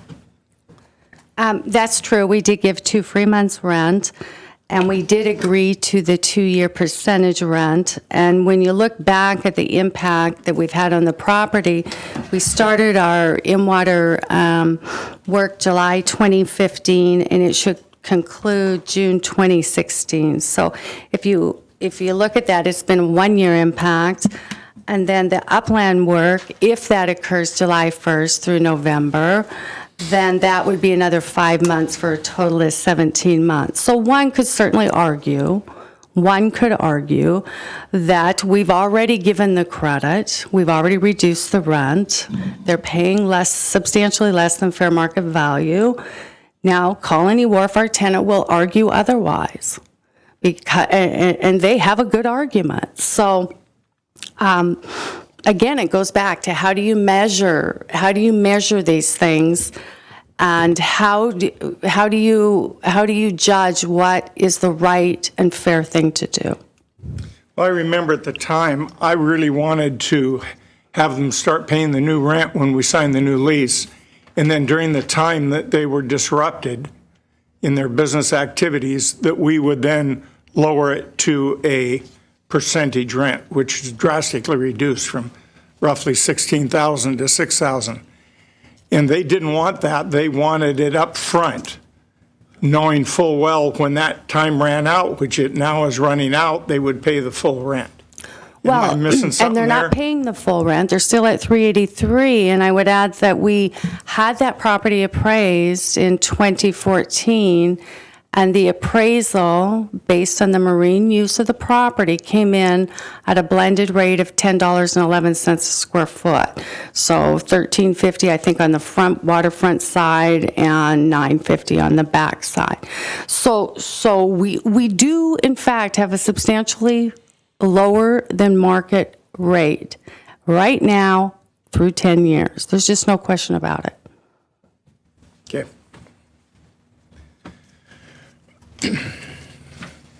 Questions for Shirley? Thank you. So Shirley, the proposal you made, which would be to continue as is, have you talked to the folks at Colony Wharf about that? I have You said not. as is for 30 days? I have not talked to them about that. All right, and what does 30 days get us? 30 days could potentially allow us to review their proposal, allow me to do that with Rob and the commissioners, and hopefully it will get us a little closer to knowing whether we will have a permit to start the work effective July 1st, because what I don't want to do is give a 1-year no rent and there is no business impact July through November, and it may be next year that the impact occurs. I don't know the answer to that. So I think I need to just buy some time. 30 days, I think we could get this to flush out together. Shirley, excuse me, but from May of 14 to May of 15, they paid the lower rent with no impact. Is that correct? That would be true. Okay. And I'm sorry, your name was Brian? You said you got a public disclosure number. Can we see those numbers, or you don't want to show those to us, or what? We have them. What numbers are you referring to, I guess? I was referring to the tenant land lease amounts that all the marine trade industry pay. Can we put that up on the screen, or do we have it? And I would like to comment on that, please, is that that is the information that I showed the commission at the retreat, the information, got that, okay? So we had a public disclosure request from our great tenant, and we wanted to provide them something very quickly. They don't have all the information. There is a lot more work to do that we still need to provide for them. So I heard them say they pay $9 a square foot, and it's the highest marine trades rent on port property. I can guarantee you that's not accurate because I haven't given them all the information. And That's why I'd like to see the information that they have and we have, so we can all see it, so we know what we're talking about. If it's not the information, if the information isn't correct. So you provided us information that's not true? Wait, hang on. That's not what she's saying. Hang on. She says she hasn't had time to provide you all the information to the pertinent things that we're talking about. Right. Prior to this meeting, she has not had time to give you complete as much as you would So need by way of to. explanation on that point, Shirley and her staff got me every marine trade tenants, must have been almost 2 or 3 years ago now. So the list isn't complete that you've seen. But what I have seen is it does hold true that there are varying rates across the board for all marine trades tenants, depending on who managed to come and give us their best reason why they should have a different rate than the established policy of appraisal plus 9%. And very few marine trades tenants actually pay the appraisal plus 9%. I believe that the lease that you took over is at the high end of that. I don't know if it's exactly that plus 9%, but what the lease you took over does reach that higher mark that most other marine trades tenants aren't paying right now. All right. So anything further on that one? No, I don't have anything else to add on that. Have you Thank some you. more questions? I had a question, but I think it went beside the way here. So I'm tempted to not offer 30 days on this conversation because it's a policy question, and this is a conversation that we started at the retreat last week. I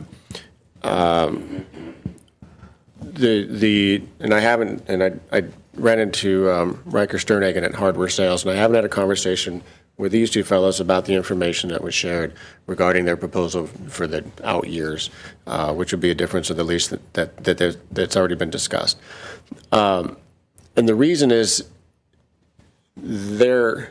I think it's been well stated by Brian, Paul, and Phil. It isn't exactly a Pandora's box, but it does raise the issue across the board.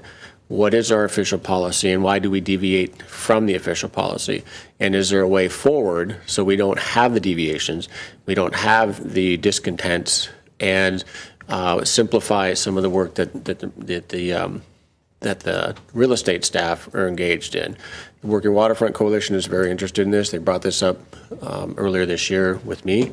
I'm very interested in it because I would like to use our marine trades rates as in the same manner that we did with our commercial fishing boat rates, where we gave a slightly better deal, but we're sort of telling people, magnifying, marketing with our rates that we care about these particular industries. It's not new. Cities, counties, governments do it all over the world all the time, right? But we don't have an official policy on what that is. And we do have rates all over the board.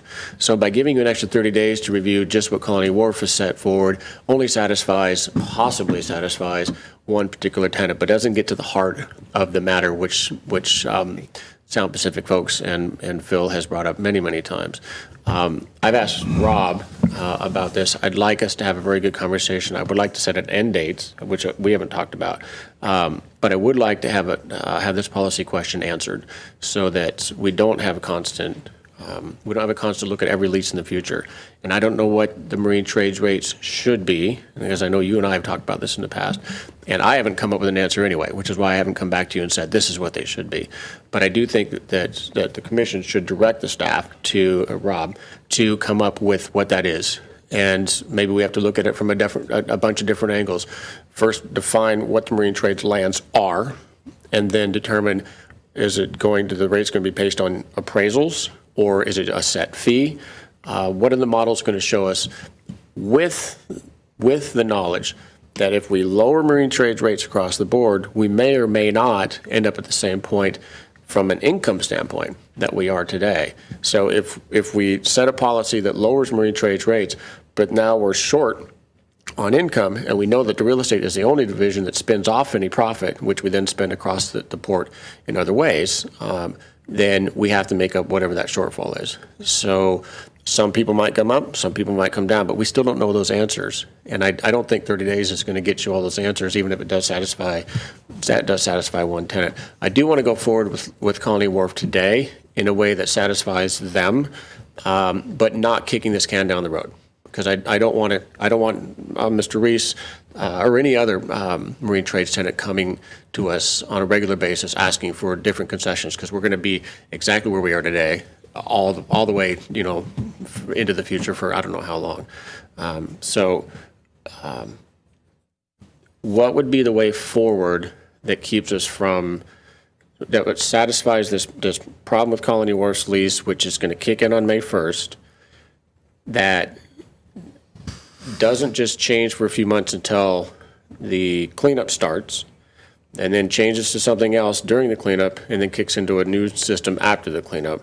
How do we get, that's, I guess, the question I'd like to answer today, is how do we get through that period to the cleanup and not exactly start over, but not just keep going back and forth for the next 6, 7, 8 months?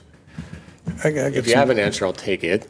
If you don't, then maybe we do postpone this conversation, keep it as is for a little while, but there is a much bigger question that we have to answer. And I completely agree with you on that. I just, I'm not quite sure how to advance this with Colony Wharf today without tabling it, giving us a chance to get our arms around it. And we look at this Colony Wharf transaction in a broader scope, like you just suggested, because I agree that discussion needs to occur. I don't think we're going to be able to do that in 30 days. Mm-hmm. I was going to give Rob a year, because it's a lot of leases and it's a lot of conversation. I mean, even the Working Waterfront folks have been discussing it, and they don't have a way forward yet, and there's a lot of heads that have been talking about that.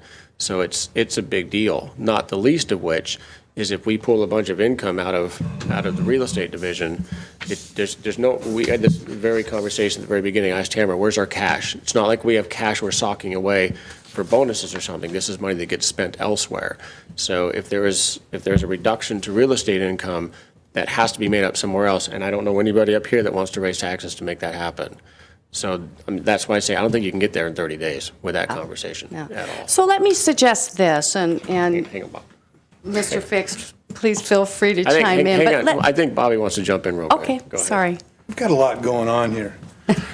I mean, I'd like to back up a ways to start with the whole thing here and the disruption of Colony Wharf's area to work in over there. It's pretty tremendous. If you go over there and, I don't know, Brian, have you been over to Colony Wharf through the action when they were doing the construction, looked at the disruption of their business for the amount of time? Yep. Do you feel your business was disrupted in Blaine to that extent? Our business? Yeah, Our business was stopped totally. By construction? On the same level as theirs During your buying season? during the busiest time of the year. Absolutely dead stopped. Okay. How long? For how long? They need a mic. Need a mic. Oh, there we go. Thank you. We were able to semi-fix the problem to get us back up and running. But, What was the problem? But the bulkhead failed, Okay. which put us totally out of business. We couldn't access our dock. We couldn't use our system that's built into the building. It totally shut us down. There's a Band-Aid that was been put on the issue that's still there today. It's never been readdressed. It's never been fixed. It hasn't been readdressed? We haven't readdressed that? We haven't talked about it? Okay, so it's been okay, fair enough. It's been readdressed and it's been talked about, but we've got the same answer over and over and over again. We'll take care of it. We'll fix it. We'll take care of it. We'll fix it with nothing. I mean, it's been over a year now.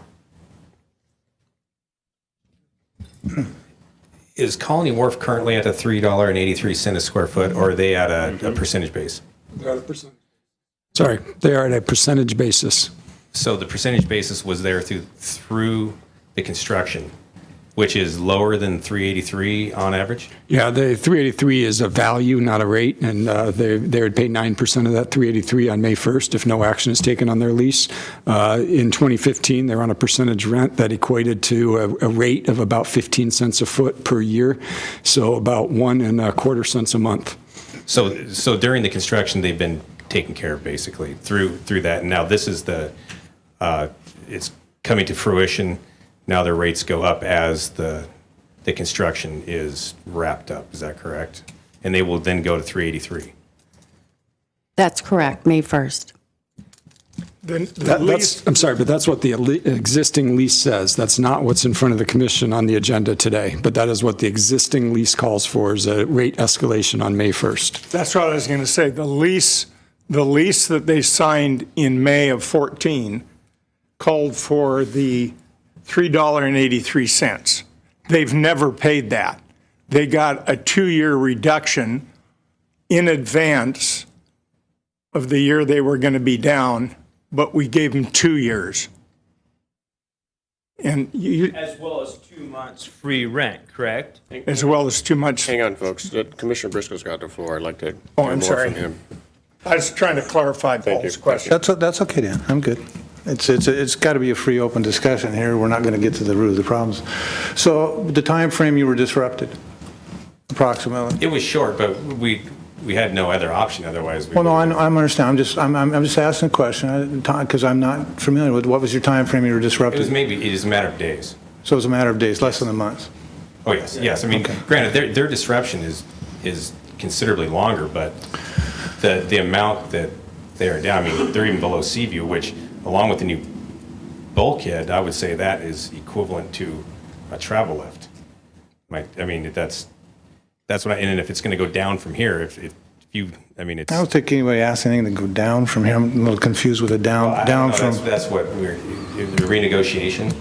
It's not to go down, I don't believe. I guess I'm a little confused as to. What's on the agenda, so the lease calls for the rate escalation to occur on May 1st, and that goes to the 383 value at 9%. What's on the agenda is to continue for another year on the percentage rent, which last year equated to about 15 cents a foot per year in rate. Can we get a percentage rent until ours is? We'll talk about that later. We definitely understand we have some policy changes to address, okay? We get that. These things can't be done overnight. I mean, I've gotten here recently, and I can't believe how slow the wheels turn sometimes, and not because people aren't trying to do their jobs, but because of the permits or whatever it takes is involved to do things. It just takes time. And if you don't try and do them right, then folks get upset, like yourselves, about things. Brian, however, I wish you wouldn't come quite so aggressive to take something away from somebody else in a statement like that.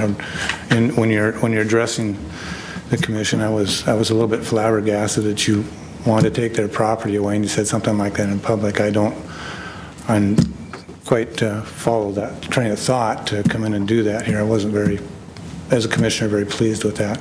I'm glad you're a tenant, but please in the future, I would expect those folks to respect you and what they say as well when we're speaking. With regards to Mr. Reese, I have a question for you. I believe in the past, I wasn't a commissioner, but you came before the commission and asked for reduced rates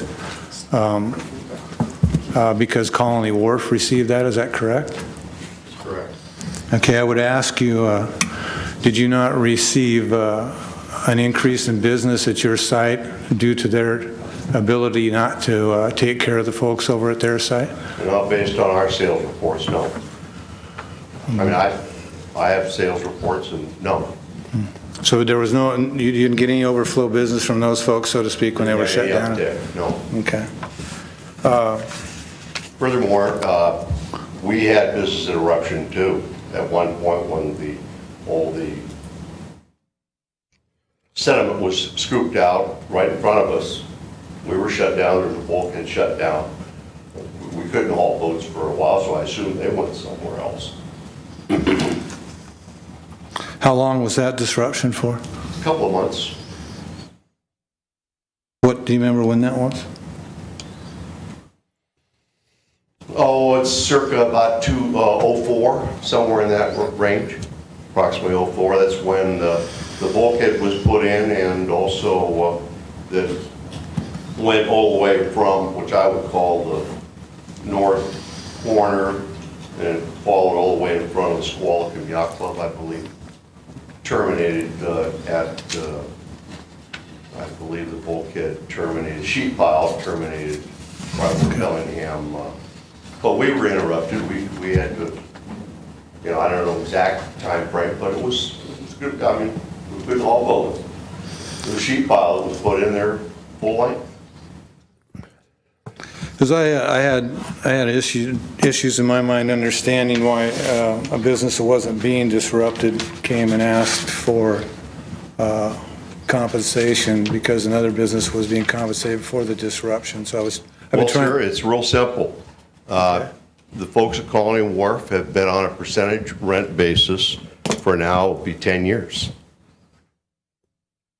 And it's way below rate, and it's, candidly, it's not a level playing field. Did you ask for that when you discussed your rental agreements? Did I discuss what? The percentage over versus what you're paying. Never was offered, never asked. I wanted to have a rate that was similar that was out there. And how we got to that rate is through an appraisal process, which I agreed to and accepted. But my question was, did you ask for a percentage rate versus what you have now? That was never on the table, and I never asked for it. Let's just put it in context of when the port... I'm kind of confused by the When the port took over the property that Colony Wharf is leasing now, that was 2000, what? Since I've been here, so 2012. Okay, so it was not long after that, I think, that Mr. Reese came and discussed his rates with the port. So before, it wasn't really an apples-to-apples thing, because that property wasn't port property. That's correct. It was owned by the city of Bellingham. Right. And it was on a percentage lease then with the city. That might clear up, I think, what Bobby was getting at there. So it wasn't, Colony Wharf hadn't been leasing as long as Mr. Reese had. Well, I might be able to help clear that up for Bobby as well, because I was on the commission at the time, I think. Correct me if I was wrong, Mr. Reese, but you came to the commission because you felt there wasn't a level playing field. Had nothing to do with you being impacted with any work done. It was you just felt there wasn't a level playing field, if I remember. It's absolutely correct. And so you said, we said that we thought you were paying the fair rent, and you said you didn't think you were, and asked in between the staff and Mr. Reese, we agreed to an appraisal of both pieces of property, and we would live with that appraisal, if I remember, and that's why your lease amount was reduced. Is that correct? That's correct. That was done in 2014 after we signed the permanent lease with Colony So it had Wharf. nothing to do with being, okay, good. Just wanted to My clarify. apologies. Stand corrected. Thank you. So when you're speaking to the 30 days, and I'm in agreement with it, I think we need to step back and take a look at this for a few more days. If the permits, we don't know if the permits or when the disruption is going to occur. We're going to write things up and put things in place, and we might be right back and doing it again because the permits may not come through to do the upland work. I would ask my fellow commissioners to seriously consider moving this. I had 30 days at Colony Wharf's current lease agreement. Percentage rent That extended. we have, leave everything current that we have for 30 days. And in 30 days, hopefully we'll have our answer, and we can do this once instead of doing it twice. And that would be my reasoning for doing this. I don't know why we want to do it again, if in fact the head of our real estate department has said she would like to have 30 days to try and straighten this out so that we only do it once. I would concur with her that we do that. I wouldn't disagree, but I think that what's in front of us would give us a year if we move forward with the item has been proposed. So we keep the percentage rent. That certainly is an option. That's what's on the table today is for you to consider continuing the percentage rent for 1 year, but we wanted you to understand the 2 new developments. Mm-hmm. And at the end of 1 year, what happens? Then the rent goes up to $383. And that's what's in front of us now. Correct. Okay, but we can always revisit it in a year, at the end of that 1 year. Certainly. Can we, I'm going to oppose that, but I need to show you the numbers and why I'm going to oppose it. Do you have the document, it sounds like you sent him, that was our marine trades that we can put on the board? That you said it was the one we saw at the retreat. I just want to make sure it's the same one that he's talking about. Because it graphically shows my concern. Yes. Maybe you can't do that. As long as you have the page, we have the dock camera. What's that? If they got the dock camera, as long as we have a page, it's fine. Shirley, I have a quick question. The 383, how did that come about, that figure? So the question is, the 383, how did we come about with the $3.83 a foot figure? Truthfully, the 383 was arrived at because we set the Bellingham Marine Industries That's all I wanted to get out there. rent at $3.83. How did we get to the Bellingham Marine Industries lease at 383? That was a lease that was negotiated by my predecessor, so I don't have all the detail for that. I'm sorry. All right, Rob's getting a document camera going here. In fairness to the folks that are viewing this, even though Commissioner McCauley says it's 7, we still need to pass the mic around so they can hear, because it goes blank when we're not doing that. So whoever's got that mic, if you're going to speak, please there you go. Okay.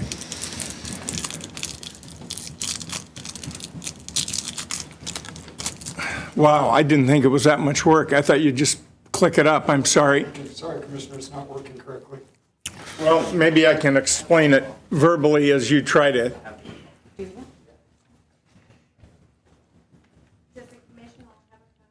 I'm sure we'll see. Well, if it's the one we got at the retreat, well, I don't know if you guys have a copy of the one at the retreat. I didn't bring it. No, I don't have it. I happen to have mine.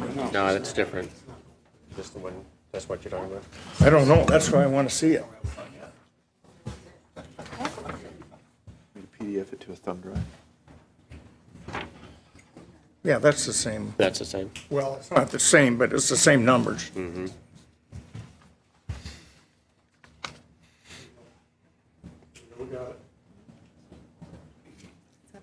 Perfect. Okay. The reason,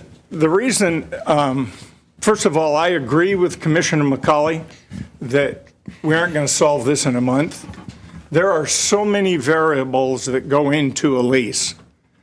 It's unbelievable. The real estate department has to go through longevity of the lease, the year the lease was signed, all the different types of situations with the property, if it's asphalt, if it's concrete, if it's gravel.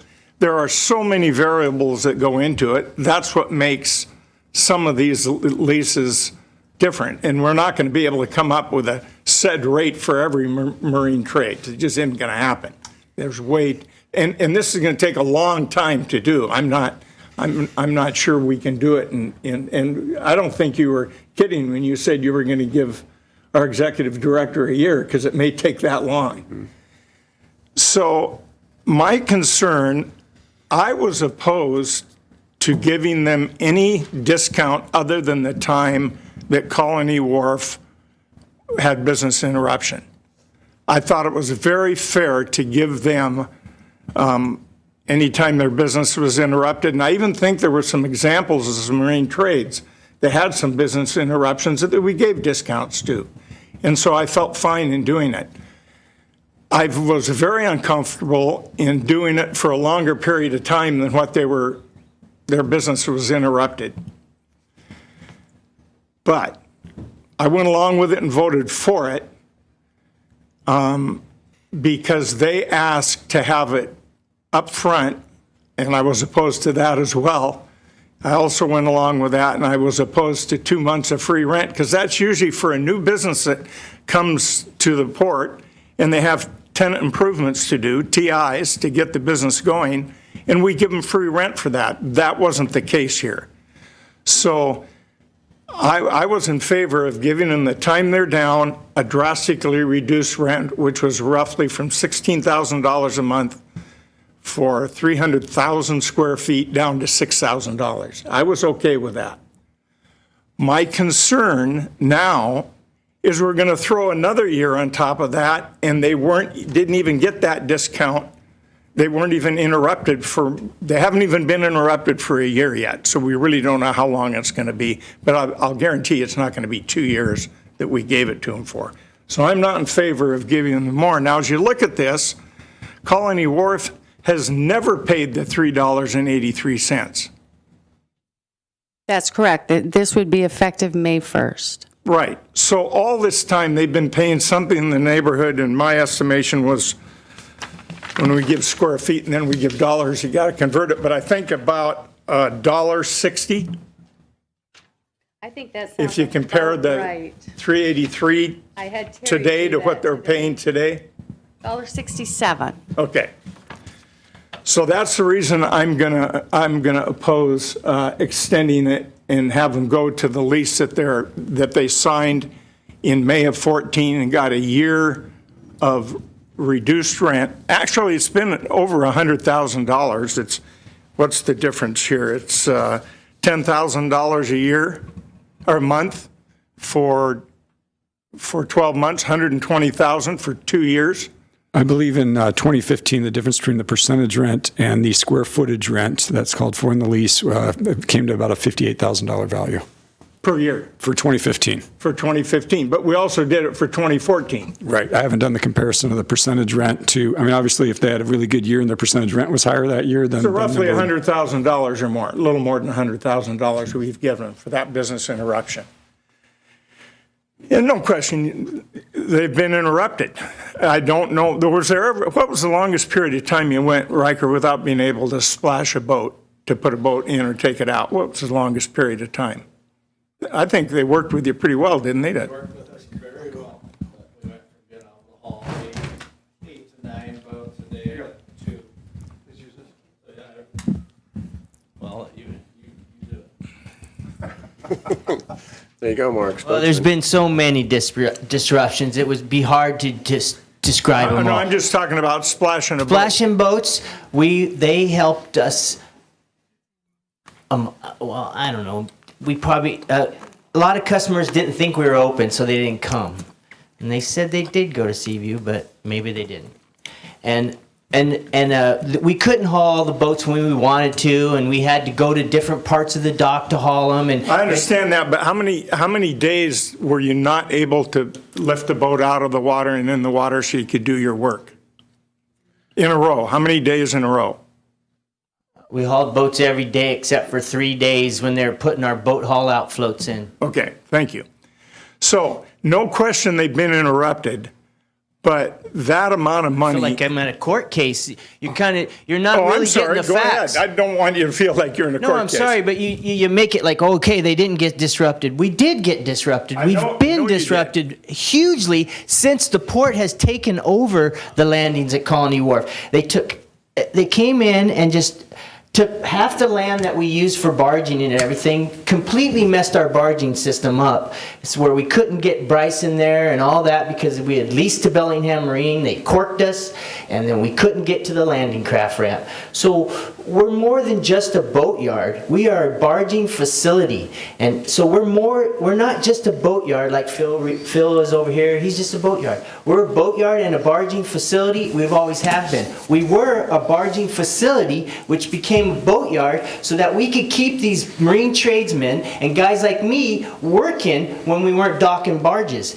And then the boatyard grew because it's a great idea. The marine trades is an awesome, awesome idea.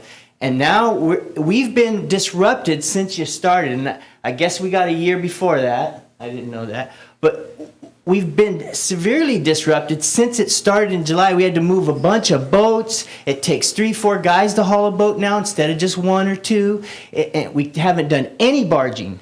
And right now, we're getting ready to load Bryce out, and we can't even lay a barge on the dock yet because it's not done. So I've committed to loading this barge, which is, I don't know, $1 million job or something for Bryce and all the people in this, everybody involved. And I'm struggling to do that because I can't bring the barge in. So the disruptions are huge, huge. I understand that. I understand. And I'm sorry if I huge. talk too much. Yeah. No, I understand. I understand. That's why I voted to give the discount that we gave. The disruptions haven't ended, and they're not going to end anytime in the foreseeable future. That's what we're trying to say. It's not about not hauling a boat a day or whatever. That's not what it's about. It's about the whole way the thing was planned. You spend all that money and nothing you get. It's nicer, it looks nicer, but the functionality of the dock is no different than it was. It just looks nicer. Will that ever change? No. So you'll always be disrupted. No, but you're never going to bring a big barge in there. Right. Never going to happen. That bridge was crossed a long time ago when we had the chance. We didn't do it. So that goes with I guess it's disruption forever because you can't do the things you used to do. So your income potential is not there anymore, and it never will be. That's what we're saying. Okay, thank you. So the reason I would vote no I think they should go by the lease that they've signed. We gave them a reduction of 2 years. So on this particular one, I'm going to vote no on it because of that reason. So to be clear, if we do not move forward with this item, then the terms of the previous lease stand. May 1st, what happens? May 1st, the rent would increase to the $16,300. And that's the full amount, not an additional amount? That's the full amount? That's the full amount plus Washington State leasehold tax. So The new rent schedule effective May 1. And the rent today is roughly about $6,800 $6,800 a would month. go up 10,000. All right, and then there would be new business disruption because of the upland work down around C Street.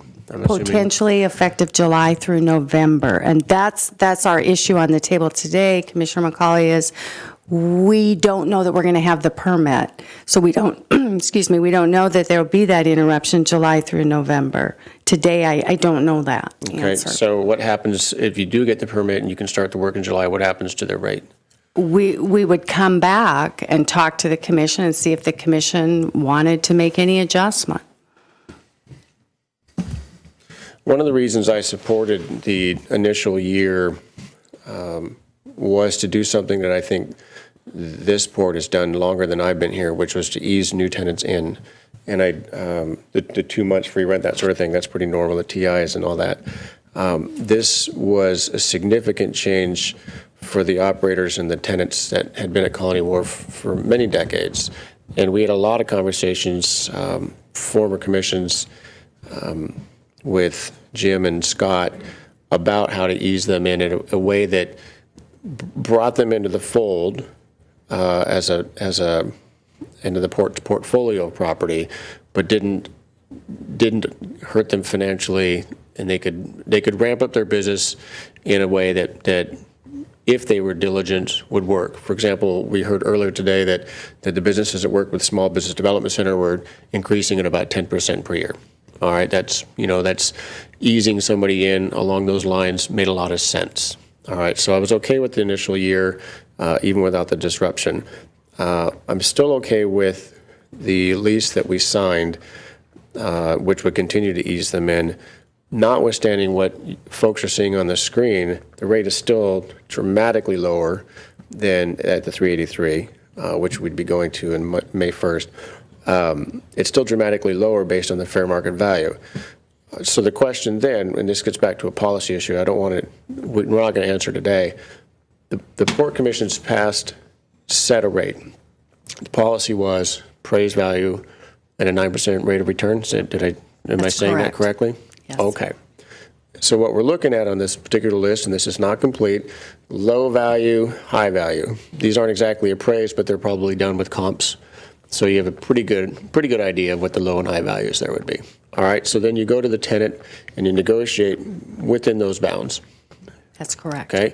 Then there's usually some concessions, which you can see on the list. Obviously, there are some concessions that are given because most of these businesses are not paying the low end of the fair market value. So that policy of fair market value plus 9%, we really haven't stuck to it super well. Okay, for many reasons. Yeah, I think that's true. Okay, all right.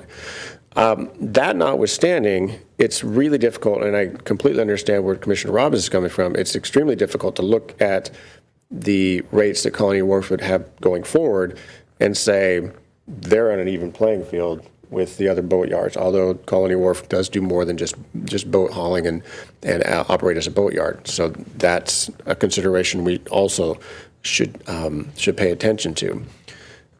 The out years, I don't know if it's in here or not. I'm sure it is. The out years, okay, you're starting at 383 May 1st, all right? Where does it go in 5 years? It escalates 3% annually, year 3 through 5. Okay. And then years 5 through 10, it escalates by the consumer price index or 3%, whichever is less, and then in year 10, it's renegotiated based on fair market value. Okay. By appraisal. So between now and year 10, it's never going to catch up to even today's fair market value. That's absolutely true. Okay. Commissioner, could I interject? Please, I yes. think all of these leases will also go up at 1%. That's in some correct. way, will they not? That's correct. Okay. Yes. I just wanted to clarify that. All Thank you. tied to either a fair market value we set after a period of time or to CPI each year. They all have some triggers that go up. Commissioner McCauley earlier mentioned that, there's some uniqueness to this because they do barging, and that's the point, I think, on every lease we do has a bit of uniqueness There's to always it. some uniqueness. And that's why you end up with something other than, the fair market value and everyone being exactly the same. Mm-hmm. And Mr. Lake, you did mention, and I think Mrs. Sternhagen, I'll piggyback on that, is there was business disruption to the barging facility, and it hasn't just been disrupted, it's disappeared, which we're trying to manage with the issue we're having with Bellingham Marine Industries and access to where the landing craft had utilized the shore up until the BMI lease was set. So I'm not uncomfortable continuing this as proposed for one more year, but that would be in order to give the staff time to let's take a look at our official policy regarding marine trades, because this is a different commission than the one that set the policy wherever it was back when. And I, for one, believe that the marine trades rates need to be attractive in the Salish Sea. And I don't know if it's lower or higher, like I said before, but I don't know that, and I don't believe I've ever known that 9% simplified things. It certainly did, but obviously it hasn't. It looked like it simplified things. And I also know, having said that, we set a new policy. Every lease comes in, there's going to be an extenuating circumstance, and each one of those new policies is going to be negotiated as well. So this is not a solution to that particular issue. And I think it just takes a strong commission to say, nope, that's it. That's our policy. Move on if you don't like it. Right? And I don't think that's ever actually happened. Okay. But it does raise the issue, which has been coming up a lot, of are we pricing our marine trades honestly in the market of the Salish Sea? And are we using our pricing in a way that is attractive? I actually had this conversation with somebody last year, and the person said to me, well, do you have any vacancies? And I said, not really. The answer was, then you're pricing just fine. Because the traditional real estate market is if you're too low, you have no vacancies. If you're too high, you have too many vacancies. So you try to find the sweet spot, which makes sense, right? I don't think marine trades should be treated like a property, though, like a real estate transaction that you would typically see in the private sector. So where you might have a building with 10 spaces and one's empty, that's acceptable. I would like to see a massive demand for our marine trades, where we're turning people away because we don't have space, and we're not turning people away, or they are going away because the price is too high. So I completely agree with Commissioner Robbins on every one of your points, except I would be in favor of moving this forward with I think it's the percentage that's proposed. If I can get back to the right paragraph. Yeah, in the agenda packet, the percentage rent is proposed for 1 more year. Yes. But at the end of that year, I don't want a do-over, but I want to move forward permanently. And in that meantime, I think we can have the policy discussion about our marine trades lands and solve some of the issues that are raised about our marine trades pricing. That would be great. The only thing I wanted to add to that, if I remember correctly, when I was opposed to giving 2 years, when they were disrupted for a year, I think I was assured that in the 2 years, they would go to the correct rent or the rent in the lease. And I think that's why I voted for it, even though it was a stretch and a heavy lift for me at the time, because I didn't think it was a level playing field. Well, and I think the issue with this is because the work that was expected, the cleanup work that was expected was going to be, I was going to use concomitant, but it would be happening at the same time as the in-water work, and that didn't happen. We anticipated the upland cleanup to be concurrent with the in-water work, and that's not. They're now tagging on to the end of the in-water work. Yeah. All right. Mr. Briscoe? Yeah. In business, it's pretty hard to look ahead and figure out how much disruption you're going to have, how much business you're going to lose or keep, how much business is going to come back, how fast it's going to come back. I think talking with Colony Wharf and looking at what's gone on and trying to see what the commission had done beforehand, I think there's been more disruption than they planned on. I think business, especially the barging part, I don't think they thought they were going to lose that completely. I thought maybe they're, when you push people away, sometimes it's, they don't come back quite as fast. I mean, everybody sitting in this room understands that when people go other places to shop at a new store, that you might not go back to the old store because it's better. Well, that happens in the barging business, and also as Mr. Reese knows and Colony Wharf knows, it happens in the marine trades business and in your service business. Somebody will go somewhere else because you couldn't take care of them, and then they don't come back. When you turn the flow of business off, you can turn it off pretty quick. And when you turn that flow back on, it trickles. It trickles, and it starts to build, and sooner or later you'll get it back. I feel that no one involved looking at this, commission nor Colony Wharf, anticipated maybe where things are at now as far as business-wise. I still stand with Shirley's recommendation that we move this forward 30 days to find out if we can get the permits for the upland or not, so that we don't have to come back and revisit this. Like I said, I'd like to do this once. And I'd like to make sure that we get all the information and it's gone through clearly so that we do it once.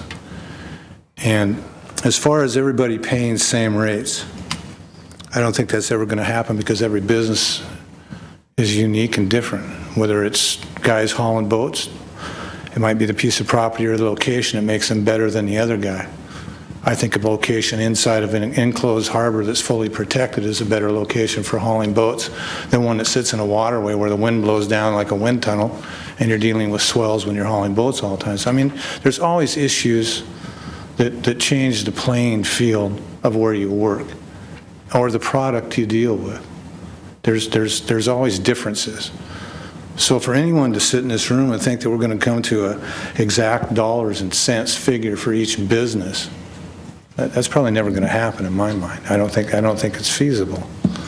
So, because everybody's business operates different, every business has different growth to it, and every business has a different profit to it, as whether you're working with seafood or you're working with painting somebody's boat. It's a different value. So it's always going to be different.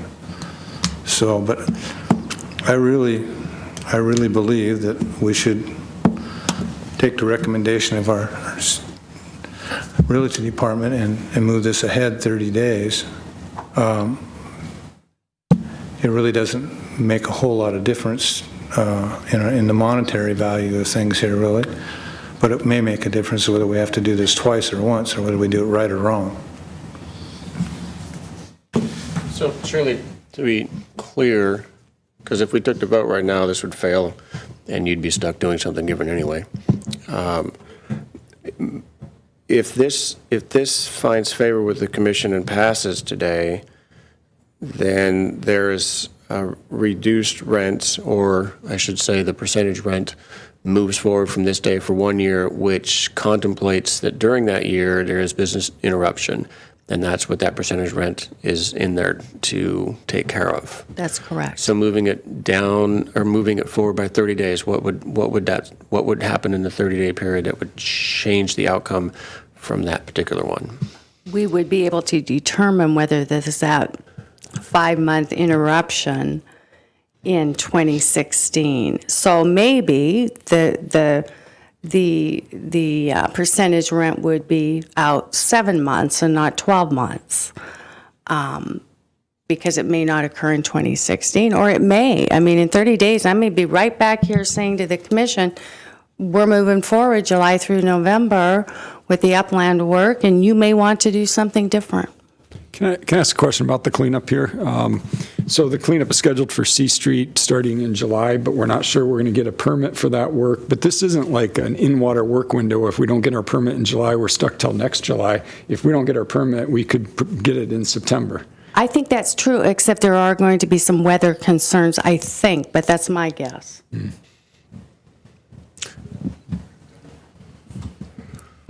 John Hergesheimer, Senior Project Engineer and the Manager for the C Street Terminal Project. The project it's not a cleanup project, first of all. It's ancillary to a cleanup project, and we get cleanup benefits out of it, and so we get some MACA funding coming back, but it's basically an upland development project.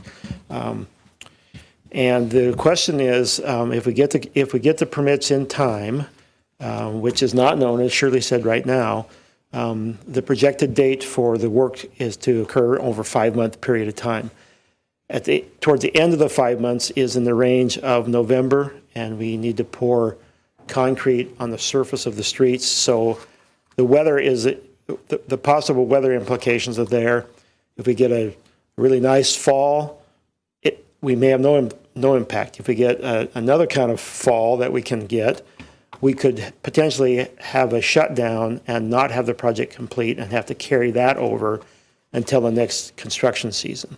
So we'll get all the utilities in, everything underground done. That's not the issue. The issue is, can we complete the surface of the C Street and the surface of the terminal and get it all done in 1 year while we have that weather window? Thank you. That's helpful.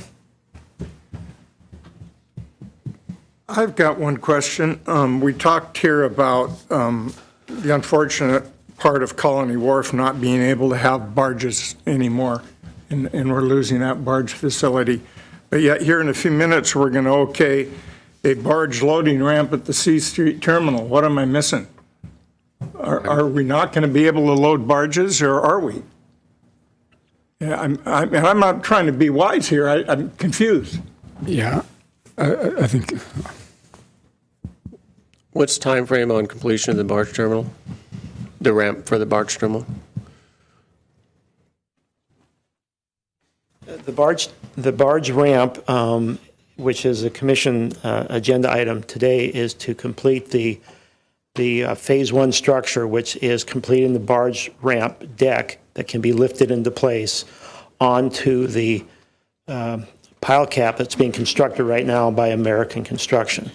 So they will have in place the supports for that ramp. And then by the permit, the Nationwide 38 permit required us to remove that barge ramp facility because of the cleanup action, but it also allowed us to replace the barge ramp in the temporary capacity, meaning if a barge comes in for use, we can set the barge ramp on the barge and use it, and then when the barge is full or empty, depending on the loading, then that ramp has to be removed and stored upland. So that is the project that will be before you this afternoon, later on. And so that's set up to operate the barges, to load and unload barges. There's dolphins that have been replaced as part of the cleanup project because we took out the old dolphins as part of the cleanup project, and we were allowed under the permit to replace that functional use again. So that's all is being done. So there will be that kind of barge traffic available once again. The depths of the waterway are in the range of -10. The permit allowed us to. The permit requirement was a minimum of -8 to mean low water depth, which was the pre-existing condition at a portion of the bulkhead area. Well, we have been able to actually get that down a couple feet lower. So unofficially, it's in the range of -10. We'll have the final bathymetry here shortly. But so that barge facility will be operational again as far as that barge facility. So there's two barge facilities. One is using the dolphins along the Maple Street bulkhead and then that barge ramp. And the other barge facility is the landing craft ramp at the other end of the property there. I have a question for you, John. That permit, you were speaking to depth on the permit, when that permit was applied for, do we have a choice of depth there, or were we given a depth by ecology or whoever as far as how deep we needed to go there? Do we have an option at that time, or were we given a number? I think Frank wanted to say something. So when we do in-water work, we need a permit under the Clean Water Act, and we have two choices. We can do what's called an individual permit, which you can design any project you want and receive an individual permit. The Corps of Engineers, on a every 2-year basis, goes through an environmental impact study for 54 different what are called nationwide permits. They range from a cranberry bog to repairing a dock to unbelievable variety of things. And they permit those without, if you apply for coverage under a nationwide permit, then you're relieved of all of the obligations of an environmental impact statement and everything because the Corps has already done it. A nationwide 38 permit is for environmental restoration ordered by a government agency. And so this project was done under a nationwide 38 permit. Under a nationwide 38 permit, you can restore functionality, but you cannot change your functionality. In other words, you can't dredge deeper, you can't add a new pier, you can't build a new dock. If you do any of those things, then it falls under an individual permit, which can take a very long time to get. And so in this situation, what Mr. Hergersheimer is telling you is the bathymetry before the project was -8 feet mean low water. And after the project, it's supposed to be about -8 feet mean low water. And you're saying it might have ended up as much as -10 feet mean low water. Correct.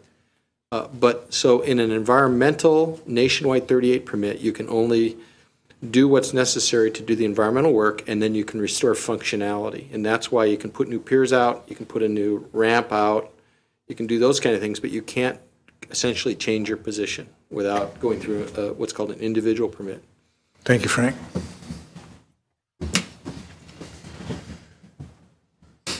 Anything for him? No, I'll quit rattling for now. All right. I have one other question, Shirley, on the fair market value. That's on appraisal value, is that correct? On the picture here, fair market value, is that? It's generally by appraisal. Sometimes we use appraisals that are in close proximity. and we use a range of a high and low. In Colony's instance, at the 383 is not the appraised value. The appraised value is $10.11. No, I meant market value. My question was on market value. The answer is yes, I'm sorry. It's praised. basically off, I mean, there's variables that Right. that add to it or subtract from it, but it starts out as appraised value. Correct. Okay, and you work from there. So one other thing I would offer up to the commission, if you're willing to take any more ideas, is perhaps, given that we know that we are going to impact Colony Wharf for 5 months this year or next year, July, August, September, October, November, 5 months, perhaps the commission would be willing to extend the percentage rent today for 5 months, and then we move on under the terms of the lease. So let me see if I understand this right. What you're proposing that we may do is continue where we're at right now for 5 months? That's correct. Okay. I just want to make that clear in there. Mr. Rob? Well, if we're going to compensate them for their time, Sorry, they're laughing at the cup there. cup of coffee, huh? Where'd that little, Sorry where'd about that that. icon come from? At least we know she's not drinking red wine. Yeah. It's white. If we're going to compensate them for business interruption, and they're going to be interrupted for 5 months, of course, I would be in favor of compensating them. But we just did for 2 years, and they've only been interrupted 7 months. So add 5 more years to it, and they're still at a plus. So I guess I don't get that part of it. I'd love to hear your guys' comment on that. I mean, Mike, you were here when we did the. We gave them the 2 years, knowing it would probably be about a year. So, as I said before, I think if I called the vote now, it's going to fail, which puts you in a precarious position because, I shouldn't say precarious, but this automatically adjusts to the new rate if we do nothing. Correct. Okay, so May 1st, no matter what. So if you want to postpone it by a month or 5 months, it still kicks into the new rate. If we follow through with this for a year, which is what I'm leaning toward because I think it gives Rob and all your staff time to take a good hard look at this across the board and satisfies the issue in front of us today, which is solving a business interruption issue once and then answering the question permanently at the end of some period, ostensibly for 1 year. I'm not answering your question, Mr. Robbins, but I would like to take a vote on this. And I would like the answer today, because if this votes down, Colony Wharf automatically goes to the new rate, and it's a moot point for the next 7 years, or unless there's a renegotiation. Yeah, about 7 years. Yes. So if we move forward with this, then it does give us a year to have a good conversation about official policy that we would like to set and answer some questions that have been raised amongst the three of us today. If we do nothing, then it just simply reverts to the lease that they've already got. And we haven't answered the policy question either. Anything further? Yeah, I do. I'd like to hear from Colony Wharf. Preferences. We got so many things flying around up here. What works for your business to make a go of it? That's what I'm concerned with. I could care less about all the rest of the stuff and of all the hoopla. What makes your business work over there? Because that's what we're supposed to make happen. And that's what I want to see happen. So I'd like to hear from you gentlemen if you would like us to move forward with what Commissioner McCauley is speaking to, what's before us here at this action item today, or if we need to wait 30 days to see what's going on. What are you folks comfortable with? Well, originally, this part gets worse, but we asked for 2 years. But we've realized 1 year is enough to ask for. I sympathize with the other tenants thoughts. I do. But Colony Wharf, landing in the marine trades, needs the help. We need this help. And we do need that year, for sure. We're spending, and we're also spending money in infrastructure. Our buildings are all sheds. They're not top of the line buildings and all that. We're putting up a $100,000 building right now. We're trying to buy a $600,000 crane. We want to get a travel lift in the future. We plan on spending hundreds of thousands of dollars as well in infrastructure on that piece of property. So we would take that money that I guess we're saving or whatever, and we're going to spend that money right back at the landings at Colony Wharf. And then we were, in our thoughts, in 2 years, then we would be ready to start absorbing the prices that are asked of us, because we would build the business up to where it's that strong. And I think you've invested over $35 million in that waterfront down there. We're just asking you to invest another $100,000 in the landings at Colony Wharf to help the marine trades. It's not just us, it's all the people that work down there.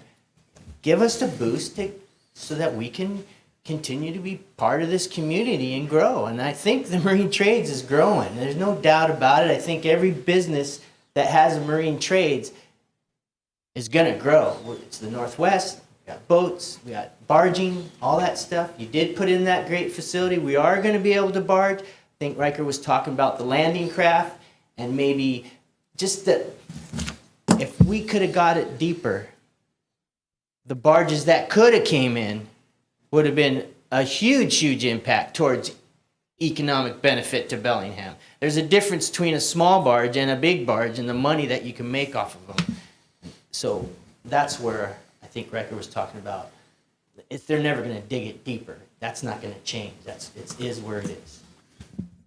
So I'm hearing that what's before us, the 1 year,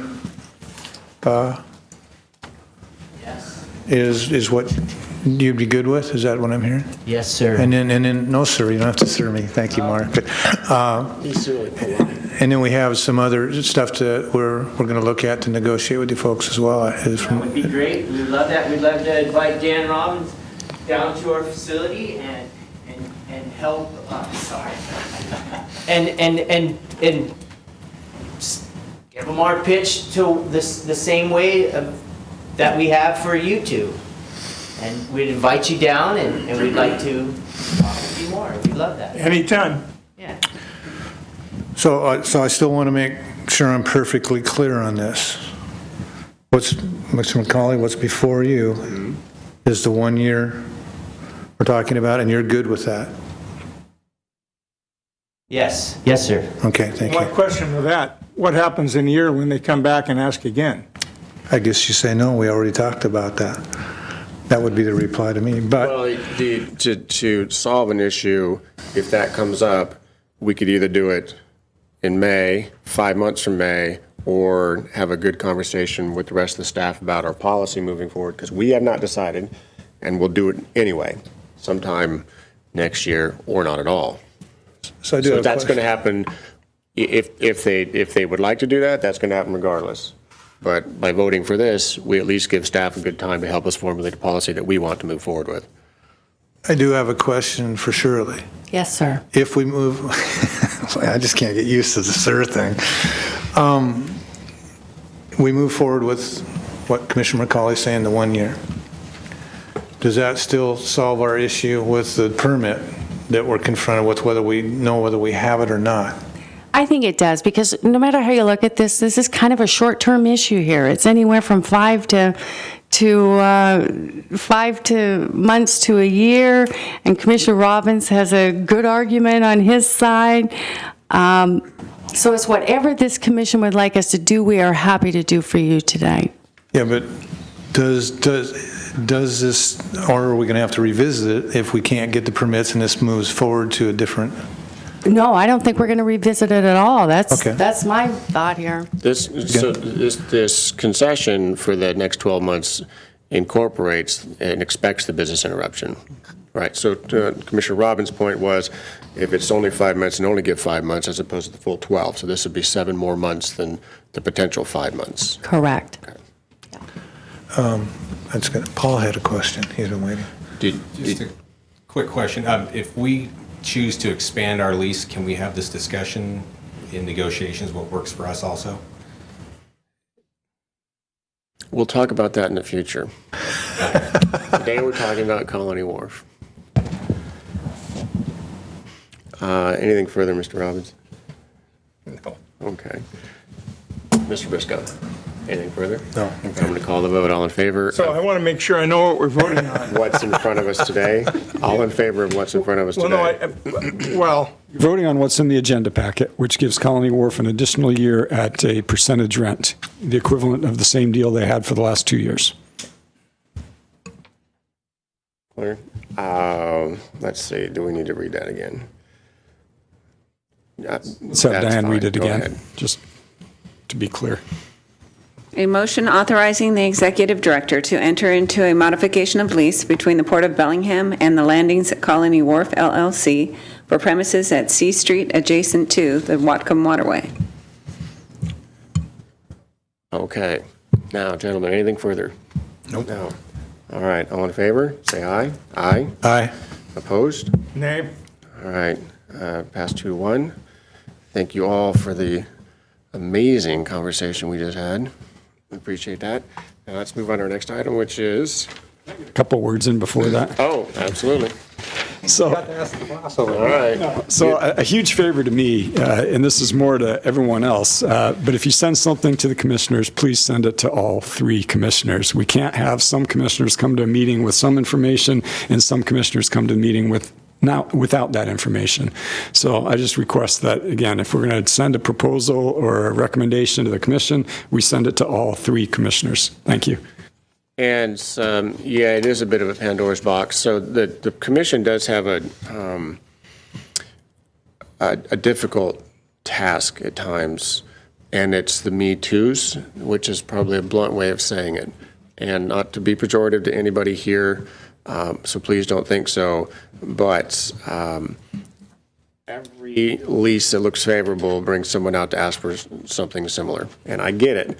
If I had a business, I would do the same exact thing. They got it, why can't I get it? And I would make my best arguments.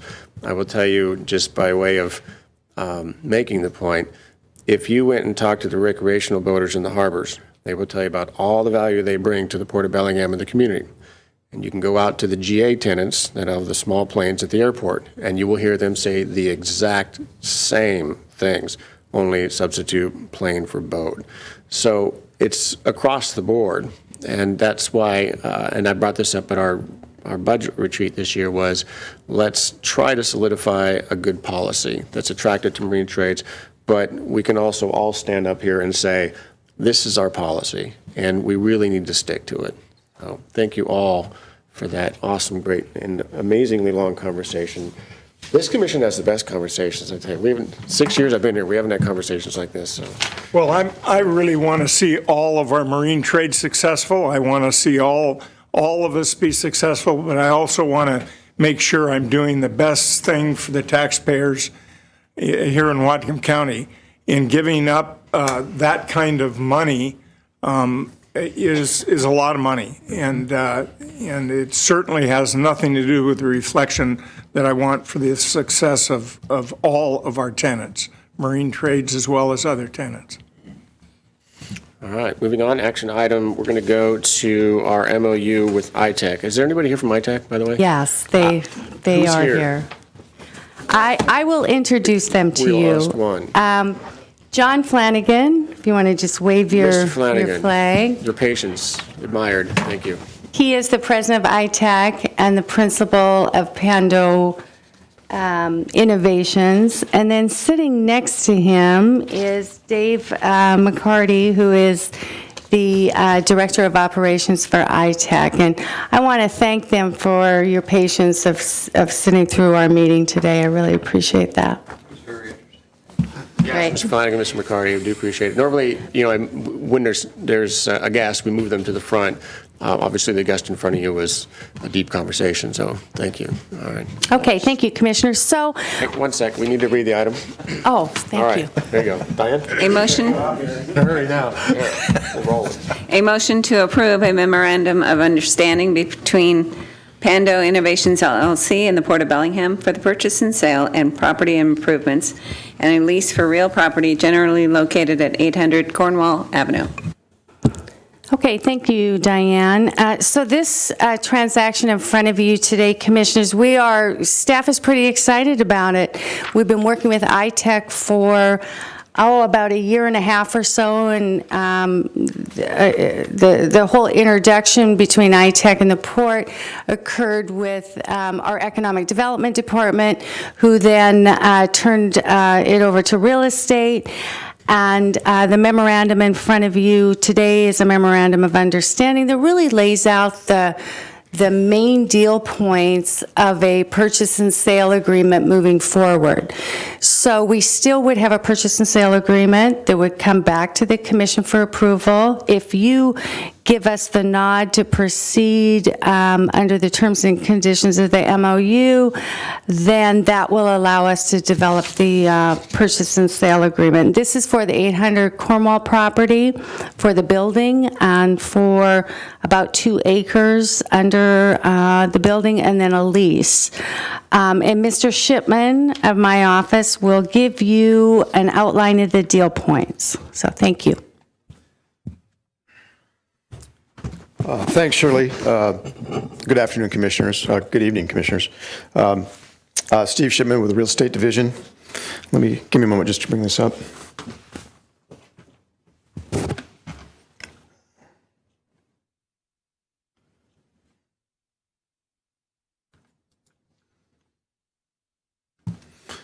Okay. So basically, this just restates what Shirley just mentioned about the transaction, the MOU transaction before the Commission. The Commission has seen this drawing before, but just for a quick update, basically you have a red outlined area, a rectangular area. That's the 2-acre parcel that Shirley referred to. Within that 2-acre parcel, you have the Cornwall warehouse at 48,000 square feet. And then just to your right on the screen, you have the supporting lease that's being contemplated at 1.34 acres. And I'm willing to go back and forth if that's helpful, Commissioners.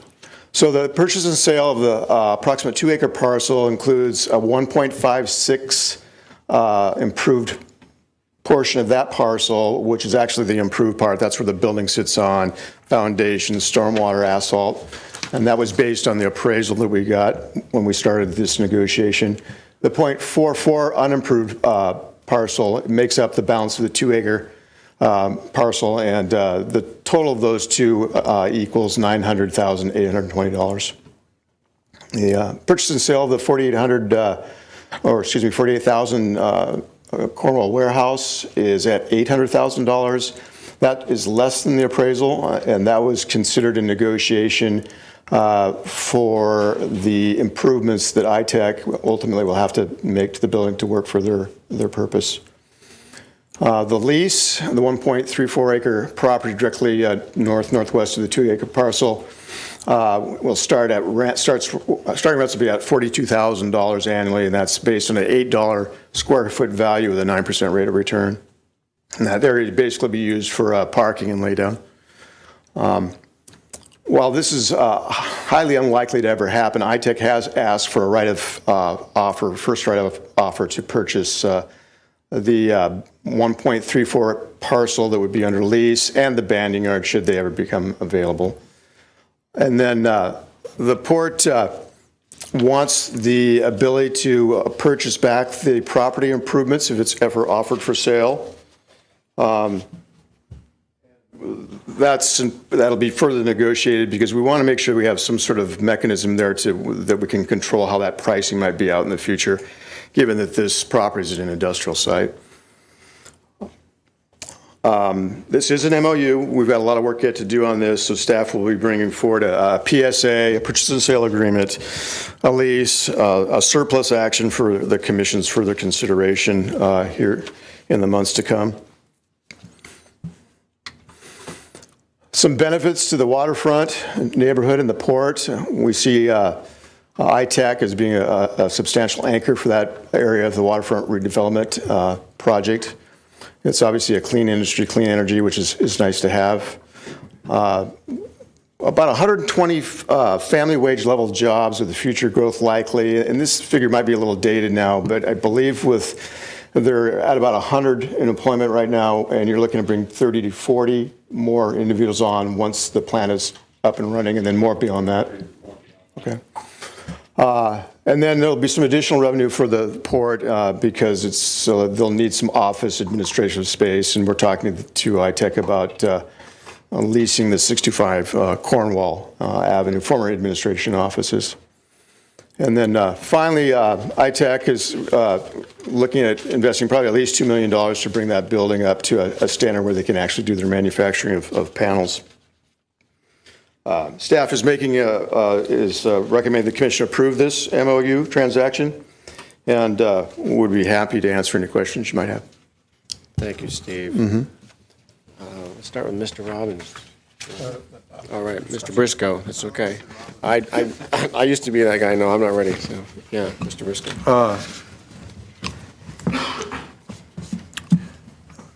Thank ITEC for doing their business here in Whatcom County. We greatly appreciate that. The type of business they do is great also for our environment as well as our communities. I'm probably going to be in the fly in the ointment on this deal, so to speak, as I'm not partial to selling part property, period.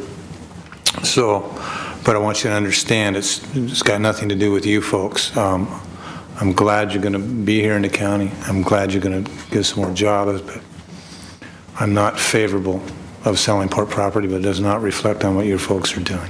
I think what you're doing is great. That's it? Wow, all right. Mr. Robbins? When you say you aren't in favor of selling property, does that mean you're going to vote against this? Okay. First of all, I want to thank you guys for sticking around. You were first on the agenda, and we stuck you almost at the end, so thank you. I've toured your facility. It's great. You'd be a great asset in the waterfront. There's going to be a lot of happy restaurants in downtown Bellingham. You're going to help kickstart the back of our waterfront development, which is super. And I'm not really in favor of selling property either. On the other hand, our staff convinced me that you drive a hard bargain and that's the only way you would do it, and I want you here, so I'm going to be voting for it. And welcome to the Port of Bellingham once this goes through.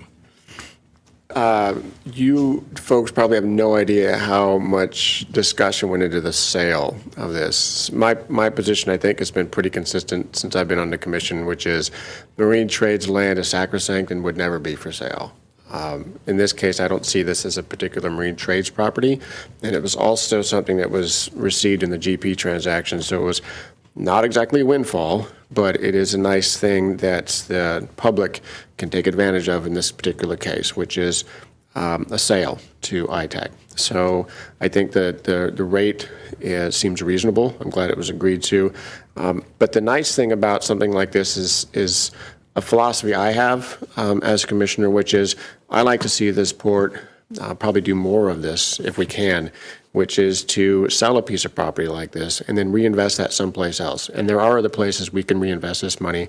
One comes to mind that is available. So this is the sort of thing where we can help a business that wants to expand. We can retain them, but also we can reinvest the money somewhere else in the community at no cost to the taxpayer. So we can expand what the port's doing, again, at no cost to the taxpayer. So I really appreciate you folks wanting to buy it, because in a way that sort of helps, what my philosophy is, even though it's a bit different than both Mr. Robbins and Mr. Briscoe. I am glad I barely squeaked in with this one little vote. But like I said, it's not waterfront property. It doesn't affect the marine trades in any significant way. So I didn't have any trouble saying yes to this particular sale. There's one thing I do want to say, though, and I brought this up with the staff, and I'm hoping they've already talked to you about it, and that is the right of first refusal. So it is industrial property, and the public owns this property to further the industrial activity in the county. I know we did get it from GP, but it was industrial before. It's very difficult, as you've heard from both Mr. Briscoe and Mr. Robbins, to let port properties go.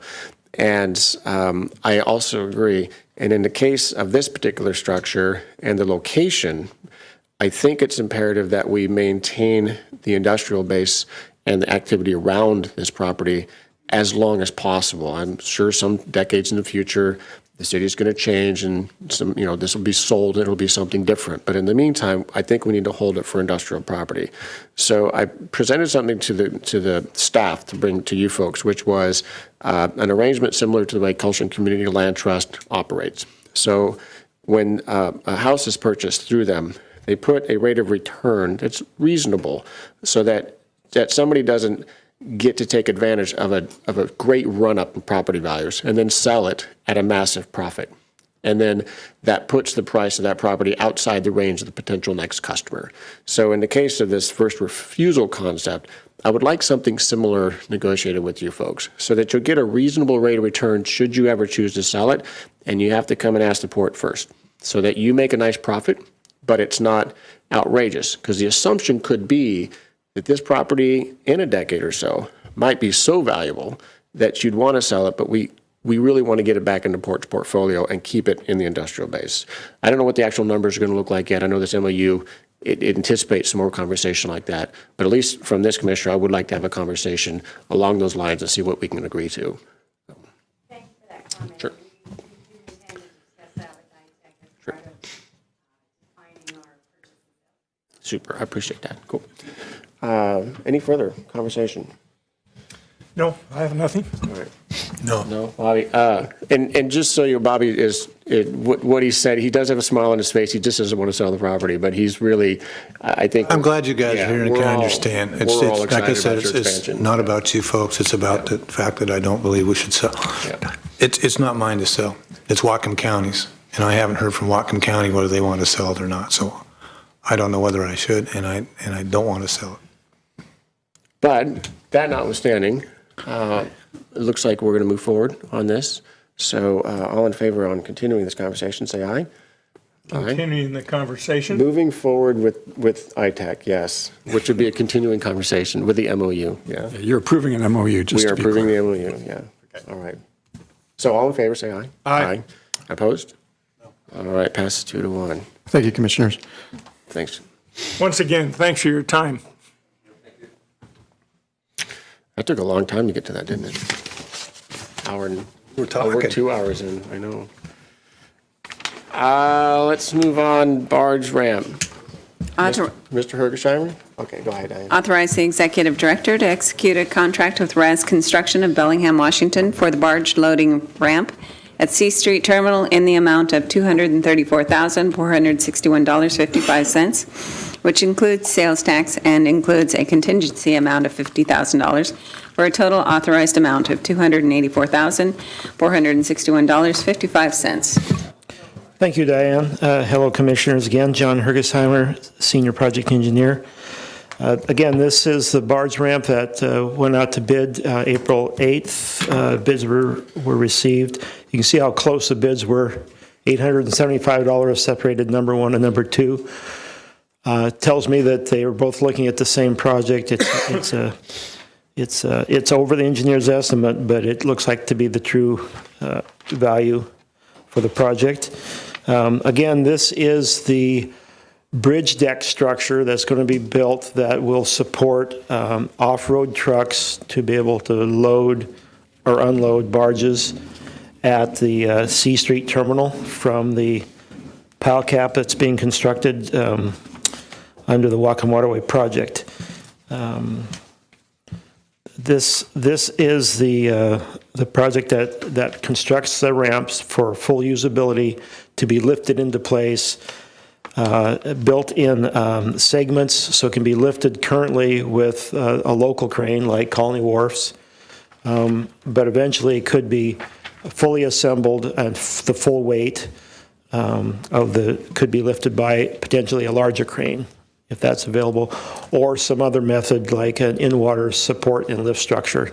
But that's the next phase. This is just the phase to create that ramp, and that ramp fully replaces the prior use. As I said, it can take the weight of an fully loaded off-road truck, forklifts, front-end loaders, that sort of thing. Any questions? Thank you, Mr. Hergesheimer. Mr. Briscoe? How about stand for All right, I'm going over here now. $34,000 was higher than our estimate. Correct. But what was the main expense that we didn't catch, or they? Well, I think, Commissioner, it's more related to, this is a one-off structure, has to be basically designed by shop drawings by the bidder. We've given them the structure, but they do the shop drawings, and then there's a lot of welding and bolting, hot dip galvanizing of the unit. And the estimate was based on, fabrication costs that can vary tremendously on the type of structure and mainly the type of year that it's built. The fabrication shops just vary all over the place from 1 or 2 months to the next on what their prices are based on the availability of the work. So I feel it's a very good bid. It may have been in the price of steel. The price of steel has gone up some and this is all steel, so it's just hard to say at this point where that cost, because this is a lump sum bid. It wasn't a unit price per pound of steel or things like that. But I do feel that anticipate the completion. the completion is anticipated for 120 days, which would be near the end of August. But they won't be able to load barges at that time, will they? Or will they? They would be able to load barges during the work of the C Street terminal. It would have to be scheduled, because the C Street terminal, when that goes forward, that would be in the same time frame. So there would be work that would have to be scheduled as far as when this could be utilized. You mean because of the upland? Because of the upland, Yeah, once right. the uplands are completed, though, this will be ready to go. Correct. The in-water work, the pile cap, that has this barge ramp attachment on it is scheduled to be poured in May of this year, so it will be fully complete. So come September, they can load barges if they can get them down the street, their trucks. Correct. Okay. Thank you. If. It will be a very interesting scheduling operation to build the C Street terminal, the street and the terminal. Sure. And have barge operations going on. Yeah. So, John, this structure is, it's essentially a bridge. Is that Exactly. What's It's the load? basically a big steel bridge deck. What's the load capacity expected? It's an off-road truck, so it's like 80,000 pounds. Okay. No, it's more than that. It's 120,000 pounds, I believe. It's a fully loaded off-road truck, so it's more than a highway truck. Yeah. Do they actually use those there? Have they in the past? They have in the past. Huh. Okay. Question regarding Phase 2 for you, John. Says that we're presently in preliminary design. Are the folks at Colony Wharf included in those talks of the design of that part of the ramp? Yes, yeah, we've met several times with them on both the design of the barge ramp itself and the projected design of the lift structure. Okay. Yes, we've had several conversations. We've left drawings with them, so. Okay, and everybody's on the same page? Yeah, yes. Okay, very good. That's all, John. Thank you. So as regards Phase 2, recalling a conversation I had with Mr. Sternhagen about using this we call it temporary because that's what the Corps calls it, but this could be a permanent solution without the expense of phase 2. Right, the better terminology is this is phase 1 of the barge, of the ramp, so phase 1 could be the only phase you need, is you have a barge ramp. If you have a different lifting mechanism like a crane, then this barge ramp has been designed to be either or. Okay, and the reason I bring that up is the cost of the second part of it, which would be the permanence. What would you describe that as? The in-water part that it's the a ramp sits support on? and lifting structure, right? Okay, so the lifting structure cost could be $1 million or more. Or more, yes. Okay, so by not doing that, we could save $1 million, but still completely satisfy the needs of for loading of barges. Potentially. So we're having that conversation with the folks that Colony Wharf because they've been doing this for decades. So I'm assuming they'd be our local experts there. Correct, and we are right now we're in the process of having our structural engineer look at the location that the crane would need to set and the conditions on the loading up the wall and getting a specification for the size of crane required. Okay, great. Because if we could avoid the $1 million expense on having that permanent structure out there, that'd be and still get the same outcome. I would be really in favor of that. So okay. I need some clarification here. Yeah. Okay, we're going to have a temporary platform to go across the barges, correct? Is that temporary one going to be used in phase 2, or is it going to be a completely different ramp? It's the same ramp. The same ramp? Yes. So I just heard we're seeing if the crane can lift that back and forth right now for the preliminary use? Well, I'm confused on that. Okay. I guess where I'm at, John, is if we didn't go to phase 2, we used the ramp that we're going to use with phase 1. Okay, we're going to have to set the ramp out there in phase 1 with the same crane that we would use if we didn't put in phase 2, correct? We would need a crane. The difference is, do we set the ramp onto the barge in a partially assembled capacity, meaning lighter weight, okay. with Colony Wharf's crane, or do we get a larger crane and set the whole unit in place without having to assemble pieces? Okay, that's the part I didn't catch. So we're going to put piece by piece so it'll be lighter. Okay, I got it. Correct. Yeah. Anything further? No. What do we plan to do? Do we plan to have a second crane or not at this point? Or who pays for it? Are we thinking are we going to do it? Are we not going to do it? Where's it stand? We're in discussions with Colony Wharf about a second crane, a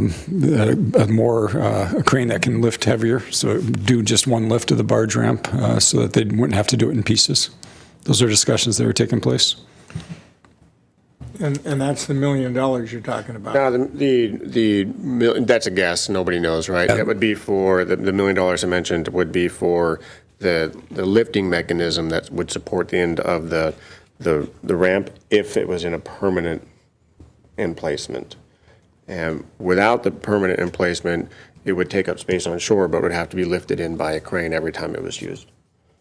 Will Colony Wharf be able to lift this in place with the crane they have down there now? No, that's what we're just talking about. It has to be done in pieces with their existing crane because it's too heavy to do. But they can do it in pieces with their existing crane. That's But they'd correct. have to, if it was a permanent, if this temporary ramp became permanent, they would have to always do it in two pieces if we No, didn't. because if it's permanent, it's not being lifted back and forth. It's always in place. So it could always be temporary. It could always be portable. Let's call it portable, Yeah, it's right? portable. Okay. Better See, word. I'm in favor of the portability part of this if it works, because we can take a smaller amount of money and buy a harbor crane that has uses across the waterfront, whereas we could spend $1 million+ and put in some dolphins and still not have a harbor crane. And I think the harbor crane has much more value across the organization than.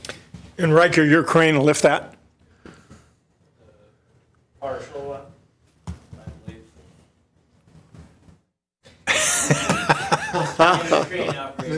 Mr. Lake. Right now, I think we'd be able to pick that ramp in pieces. I think originally, John had started out at 32,000 or something in our early days, and we could have picked that in one pit. But I think it's gotten heavier a little heavier now. It's up near 46. It's about 42,000 pounds in the temporary lifting capacity. And it was designed around Colony Wharf's crane with our designer. So what's the total weight of the thing when it's together? It's closer to 70,000 pounds. Partial. Well, we are working with the port right now to get there's so much going on, but we are looking to get a bigger, is that what you're talking about, the harbor crane? The harbor crane, yeah. Yep. That is what. It's been labeled. Well, it's a crane at the harbor.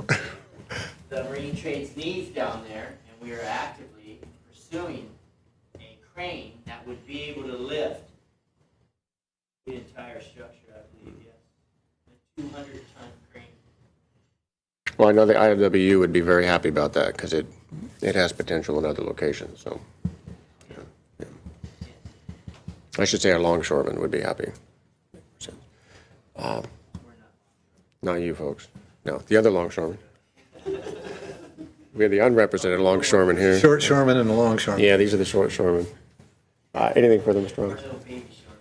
Ross? Bobby, anything? I'm good, no. All right, so all in favor, say aye. Aye. Aye.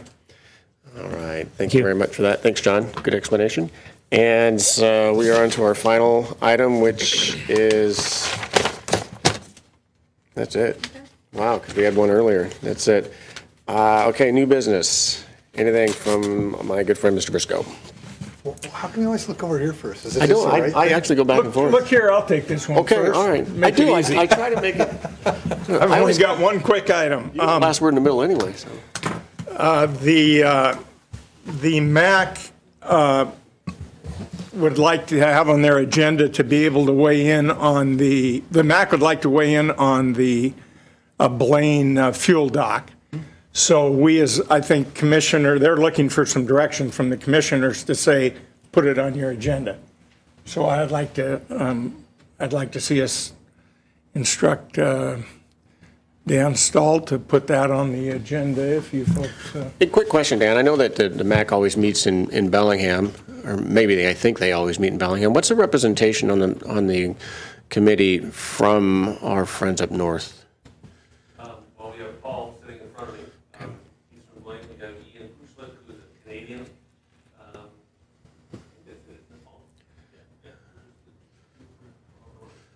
Well, I know the MAC has asked, I mean, I don't particularly care if they want to spend time on it, that's fine.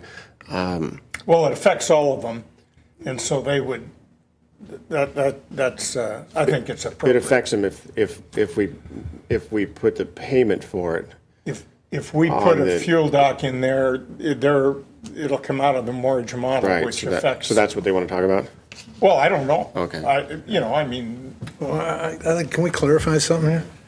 I've heard stated at the MAC meeting too, that if we put a fuel dock in there, it comes out of the mortgage model. Now, I'm under the understanding that the initial cost of putting the fuel dock together, that doesn't come out of the mortgage model. But if there's an overrun of cost of operating it, yes, it would. Am I? Yeah, I mean, there's a couple of different options for the commission to consider here. It would either have to come out of tax or it'd have to come out of the mortgage model, both the capital and the operating side of it, yeah. For putting it in? Yeah. For installing? We haven't answered, we haven't even decided if we're going to do it, Right. let alone who's and how it's going to be paid. The other thing I would say is that, having been at the back meetings, as you know, Dan, I don't believe at this time we should put that before them because we don't even know if we can do it yet. Speaking with Adam, he's here, there's several issues with containment and everything else. So I think at this point in time that the MAC would be wasting time talking about it until we know if we can even do it, because there's been further complications arise, so I'm not sure we can do it. I fully agree that if we can proceed forward, Dan, that we do ask them to do it. I don't care when they weigh in on it, just that we appoint that committee that's made up of those individuals, and I just feel amiss if we don't give them the opportunity to weigh in on it at some point in time. And I agree, but I think right now, probably, because it would be discussing at next meeting, and we don't even know if we can do it yet. So I think it would be imprudent to give them direction to do that until we know whether it's something we can actually do. Sure. And commissioners, we will have this on as an agenda item on the May whatever meeting. I just had the date in my head on 3rd. Thank you.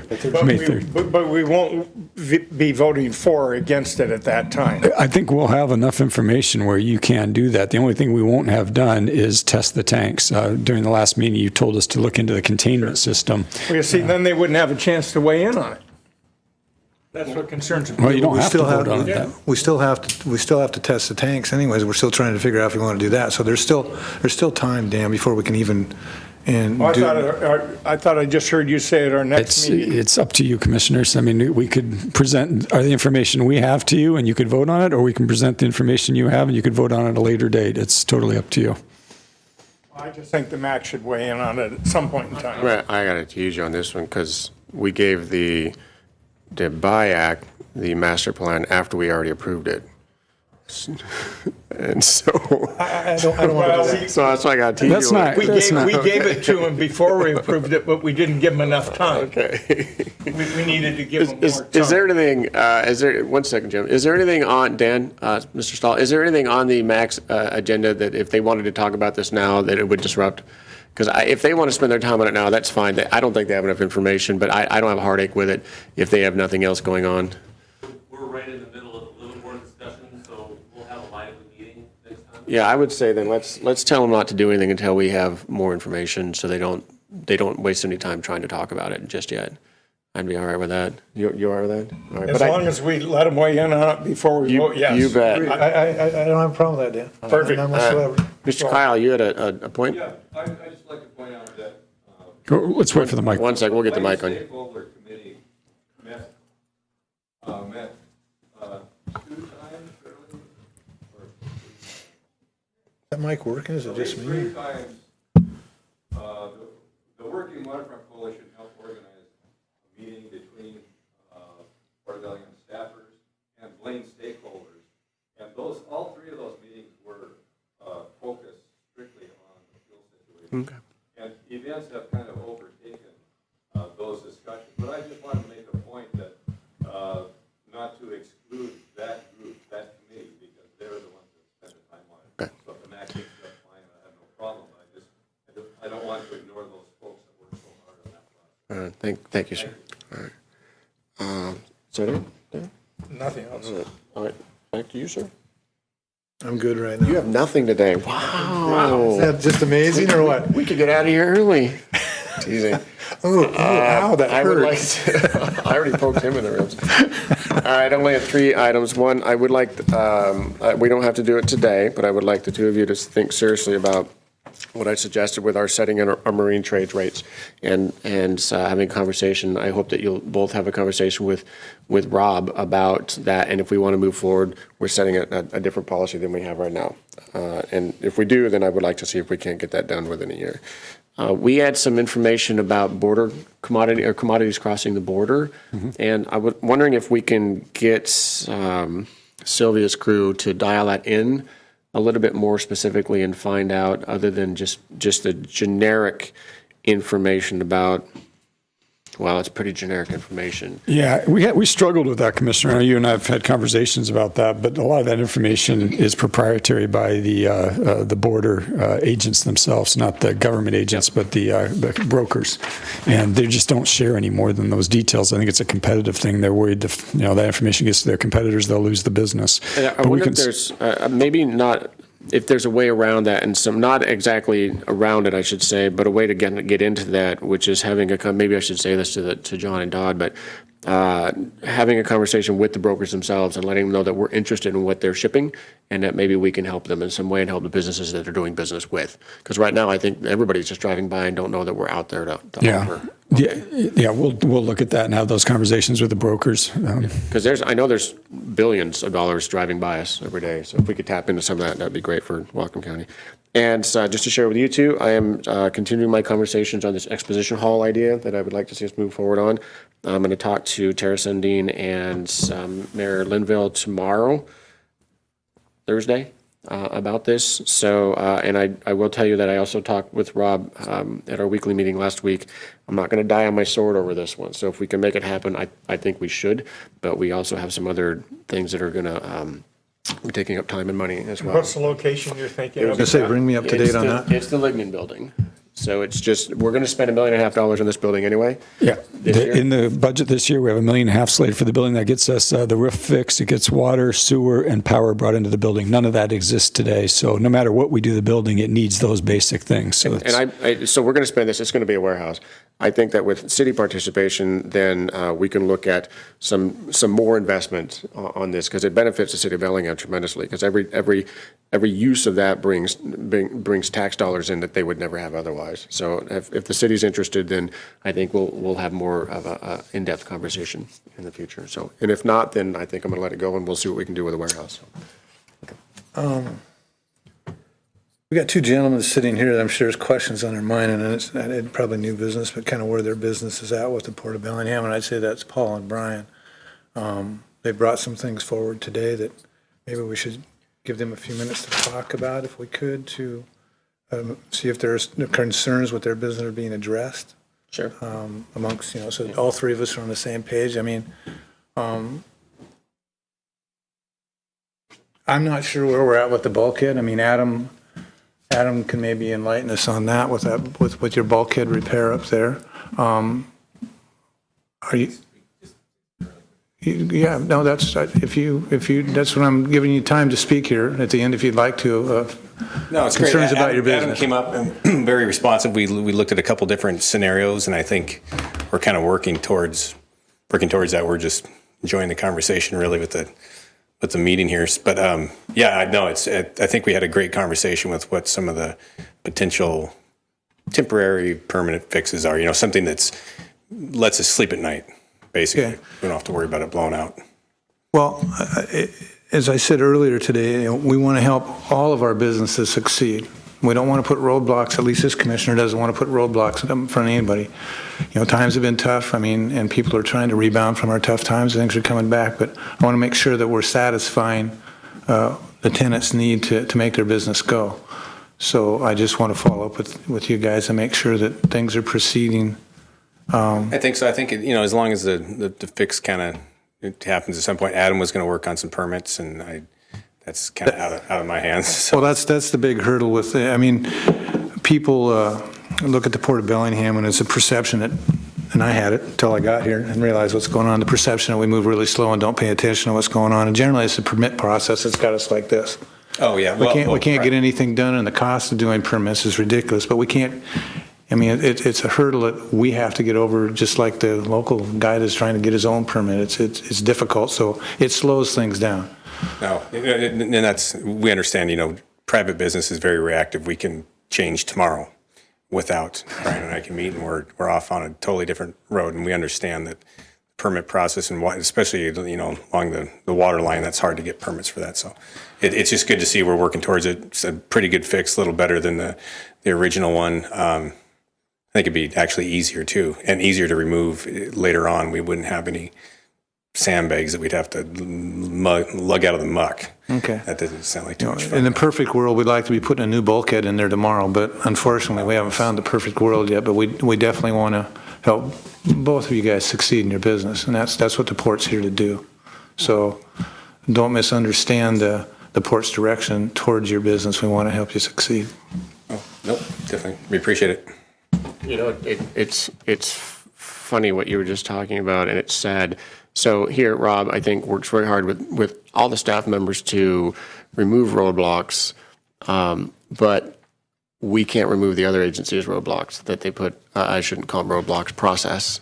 And I'll tell you a really sad example, which would be extremely frustrating if I had to work there.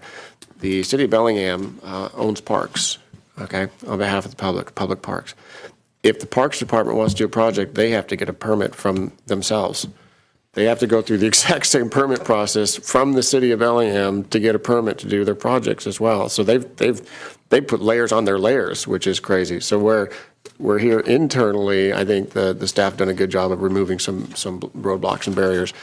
We still, the outside problem still crops up. So it's not as fast as we would hope. And all three of us, I'm sure, all the way through the organization share the same sentiment. We wish things could go faster than they do. And when you came up earlier, maybe a month or so ago, and you said there's a money issue. There's no money issue. It's just, first we need to tell Rob that this is an issue and we want it taken care of. Something that small, it's never a money issue when it's that small, but there is a process and we have to go through the process. Which exactly. We appreciate that, and each one of you are businessmen, and so we know you're on our side. It's like dragging an anchor behind you all the time. You can't quite get the anchor out of the mud. That's all right. It's there for a reason. Not all of it. Well, one thing most people don't realize is design and permitting in engineering and everything, it costs as much as doing the project. And it's just a rude awakening that's life today. Minimum of 30% anyways. Well, of a $3 million project's $1 million basically in permits. So I mean, it's crazy. So, but anyways, back to you guys. We want to work with you. We don't want to hinder you. I mean, I know you've got issues. You brought those up. We heard those today. It didn't fall on deaf ears. We have some policy changes we need, or I shouldn't say changes, some policies we need to discuss internally and find out if we can fine tune them for everybody to make everybody business work. And I'd just like to say for the staff that's left here, I greatly appreciate what you do for the people of Whatcom County and the time you put into doing it. Before I became a commissioner, I didn't really realize what was going on in this office. But now that I'm here and I'm pretty nosy, I'm kind of in the office a lot, seeing what's going on and speaking with people, hopefully to a benefit. But the staff at the Port of Bellingham does a tremendous job for the people of Whatcom County. And it's not seen very often because most of it's done inside these doors. And I don't think Whatcom County realizes the great staff they have working for them. So I'd like to tell you, you've got a great staff working for you. And thank you for doing your jobs. Thank you for the recognition. And nobody said a word about the BLI today. Did you notice that? It's a non-airport meeting. Tamara did. You slipped that right through and nobody picked up on it. I know. Top gun, buddy. #1 airport. Top gun. Okay, so I was thinking about this, right? I think it was Scott Walker who really pushed for this terminal expansion. Am I wrong on that? I think it was Scott him. pushed hard for a new baggage claim. He was very frustrated with the baggage claim. That's when he retired. We cut a big old piece of the old one out and we gave it to him. So I didn't really? Yeah. I didn't know that. So somehow a new baggage claim, which I think if anybody remembers, I was arguing for put them all in a pile like they do with the cruise ships and let people find their crap. But new baggage claim turned into a $38 million expansion. What did we spend on the runway? 30? 30. All right, so $70+ million over a 4-year period, and that gets you the best airport in the country. That's awesome. Wow, every airport should do that. And not only that, because of the efficiency that we run our airport, since neither of you commissioners would go to Florida to accept the award. Can't go to Florida. I'm leaving at ODON 100 tomorrow morning to get a award from Allegiant Airline as the most economically run airport of all theirs. That's not what they called it, though. Well, yeah, it's basically the award is in the face of downturning revenues, we controlled our costs. They don't see that often. Sometimes revenues decline and costs stay the same, and obviously they don't like that because it's just not good business. But we were able to manage our costs along with the decrease in revenues, and they're recognizing the Port Commission for that. And hopefully those... He'll going with you? He's already there. He's already there. I'd be there now if I... That's why he's not here. Yeah, he's okay. But a lot of times we focus on all the problems in the Port of Bellingham, and we need to also focus on the successes. And that award for that airport is a huge success. It really is. And to be considered the top customer service airport, and Commissioner McCauley is correct, the facility helps, but this is a customer service thing as well. So this is our ability to reach out to people and provide them good parking and assist them. But to be recognized as the best in the nation out of all airports for customer service. Our size. All of them are our size. All of them. We had the best score out of all. Even though the big, they had them rated as... We were the best score of any airport in the country. Every public airport in the country, the BLI was top. So when I filled out those 400 forms, it paid off. It's like voting for best of Whatcom. Like, get all your friends to vote, right? I don't know. And we talked about this a little bit at the retreat, because I was astounded that another airport, which is recently opened, it was the one I think it's the one in Minot, and they spent $120 million on their expansion, and they fly about 1/4 of many as we do per day. Yeah. And sure, they have jetways, but they spent, I think, 3 times what we spent on ours. And so it is customer service, because you can't get people to walk in the rain and spend $30 million where they spent much more, and people don't walk in the rain, but they have a huge debt that the local populace has to pay off. So, yeah, doing a good job. Thank you. All right, so let's see, senior staff, anything? I one quick thing, in that just want everyone to know I'm admitting to staff that I could not fix the technology issue earlier that Diane fixed. So that's yes.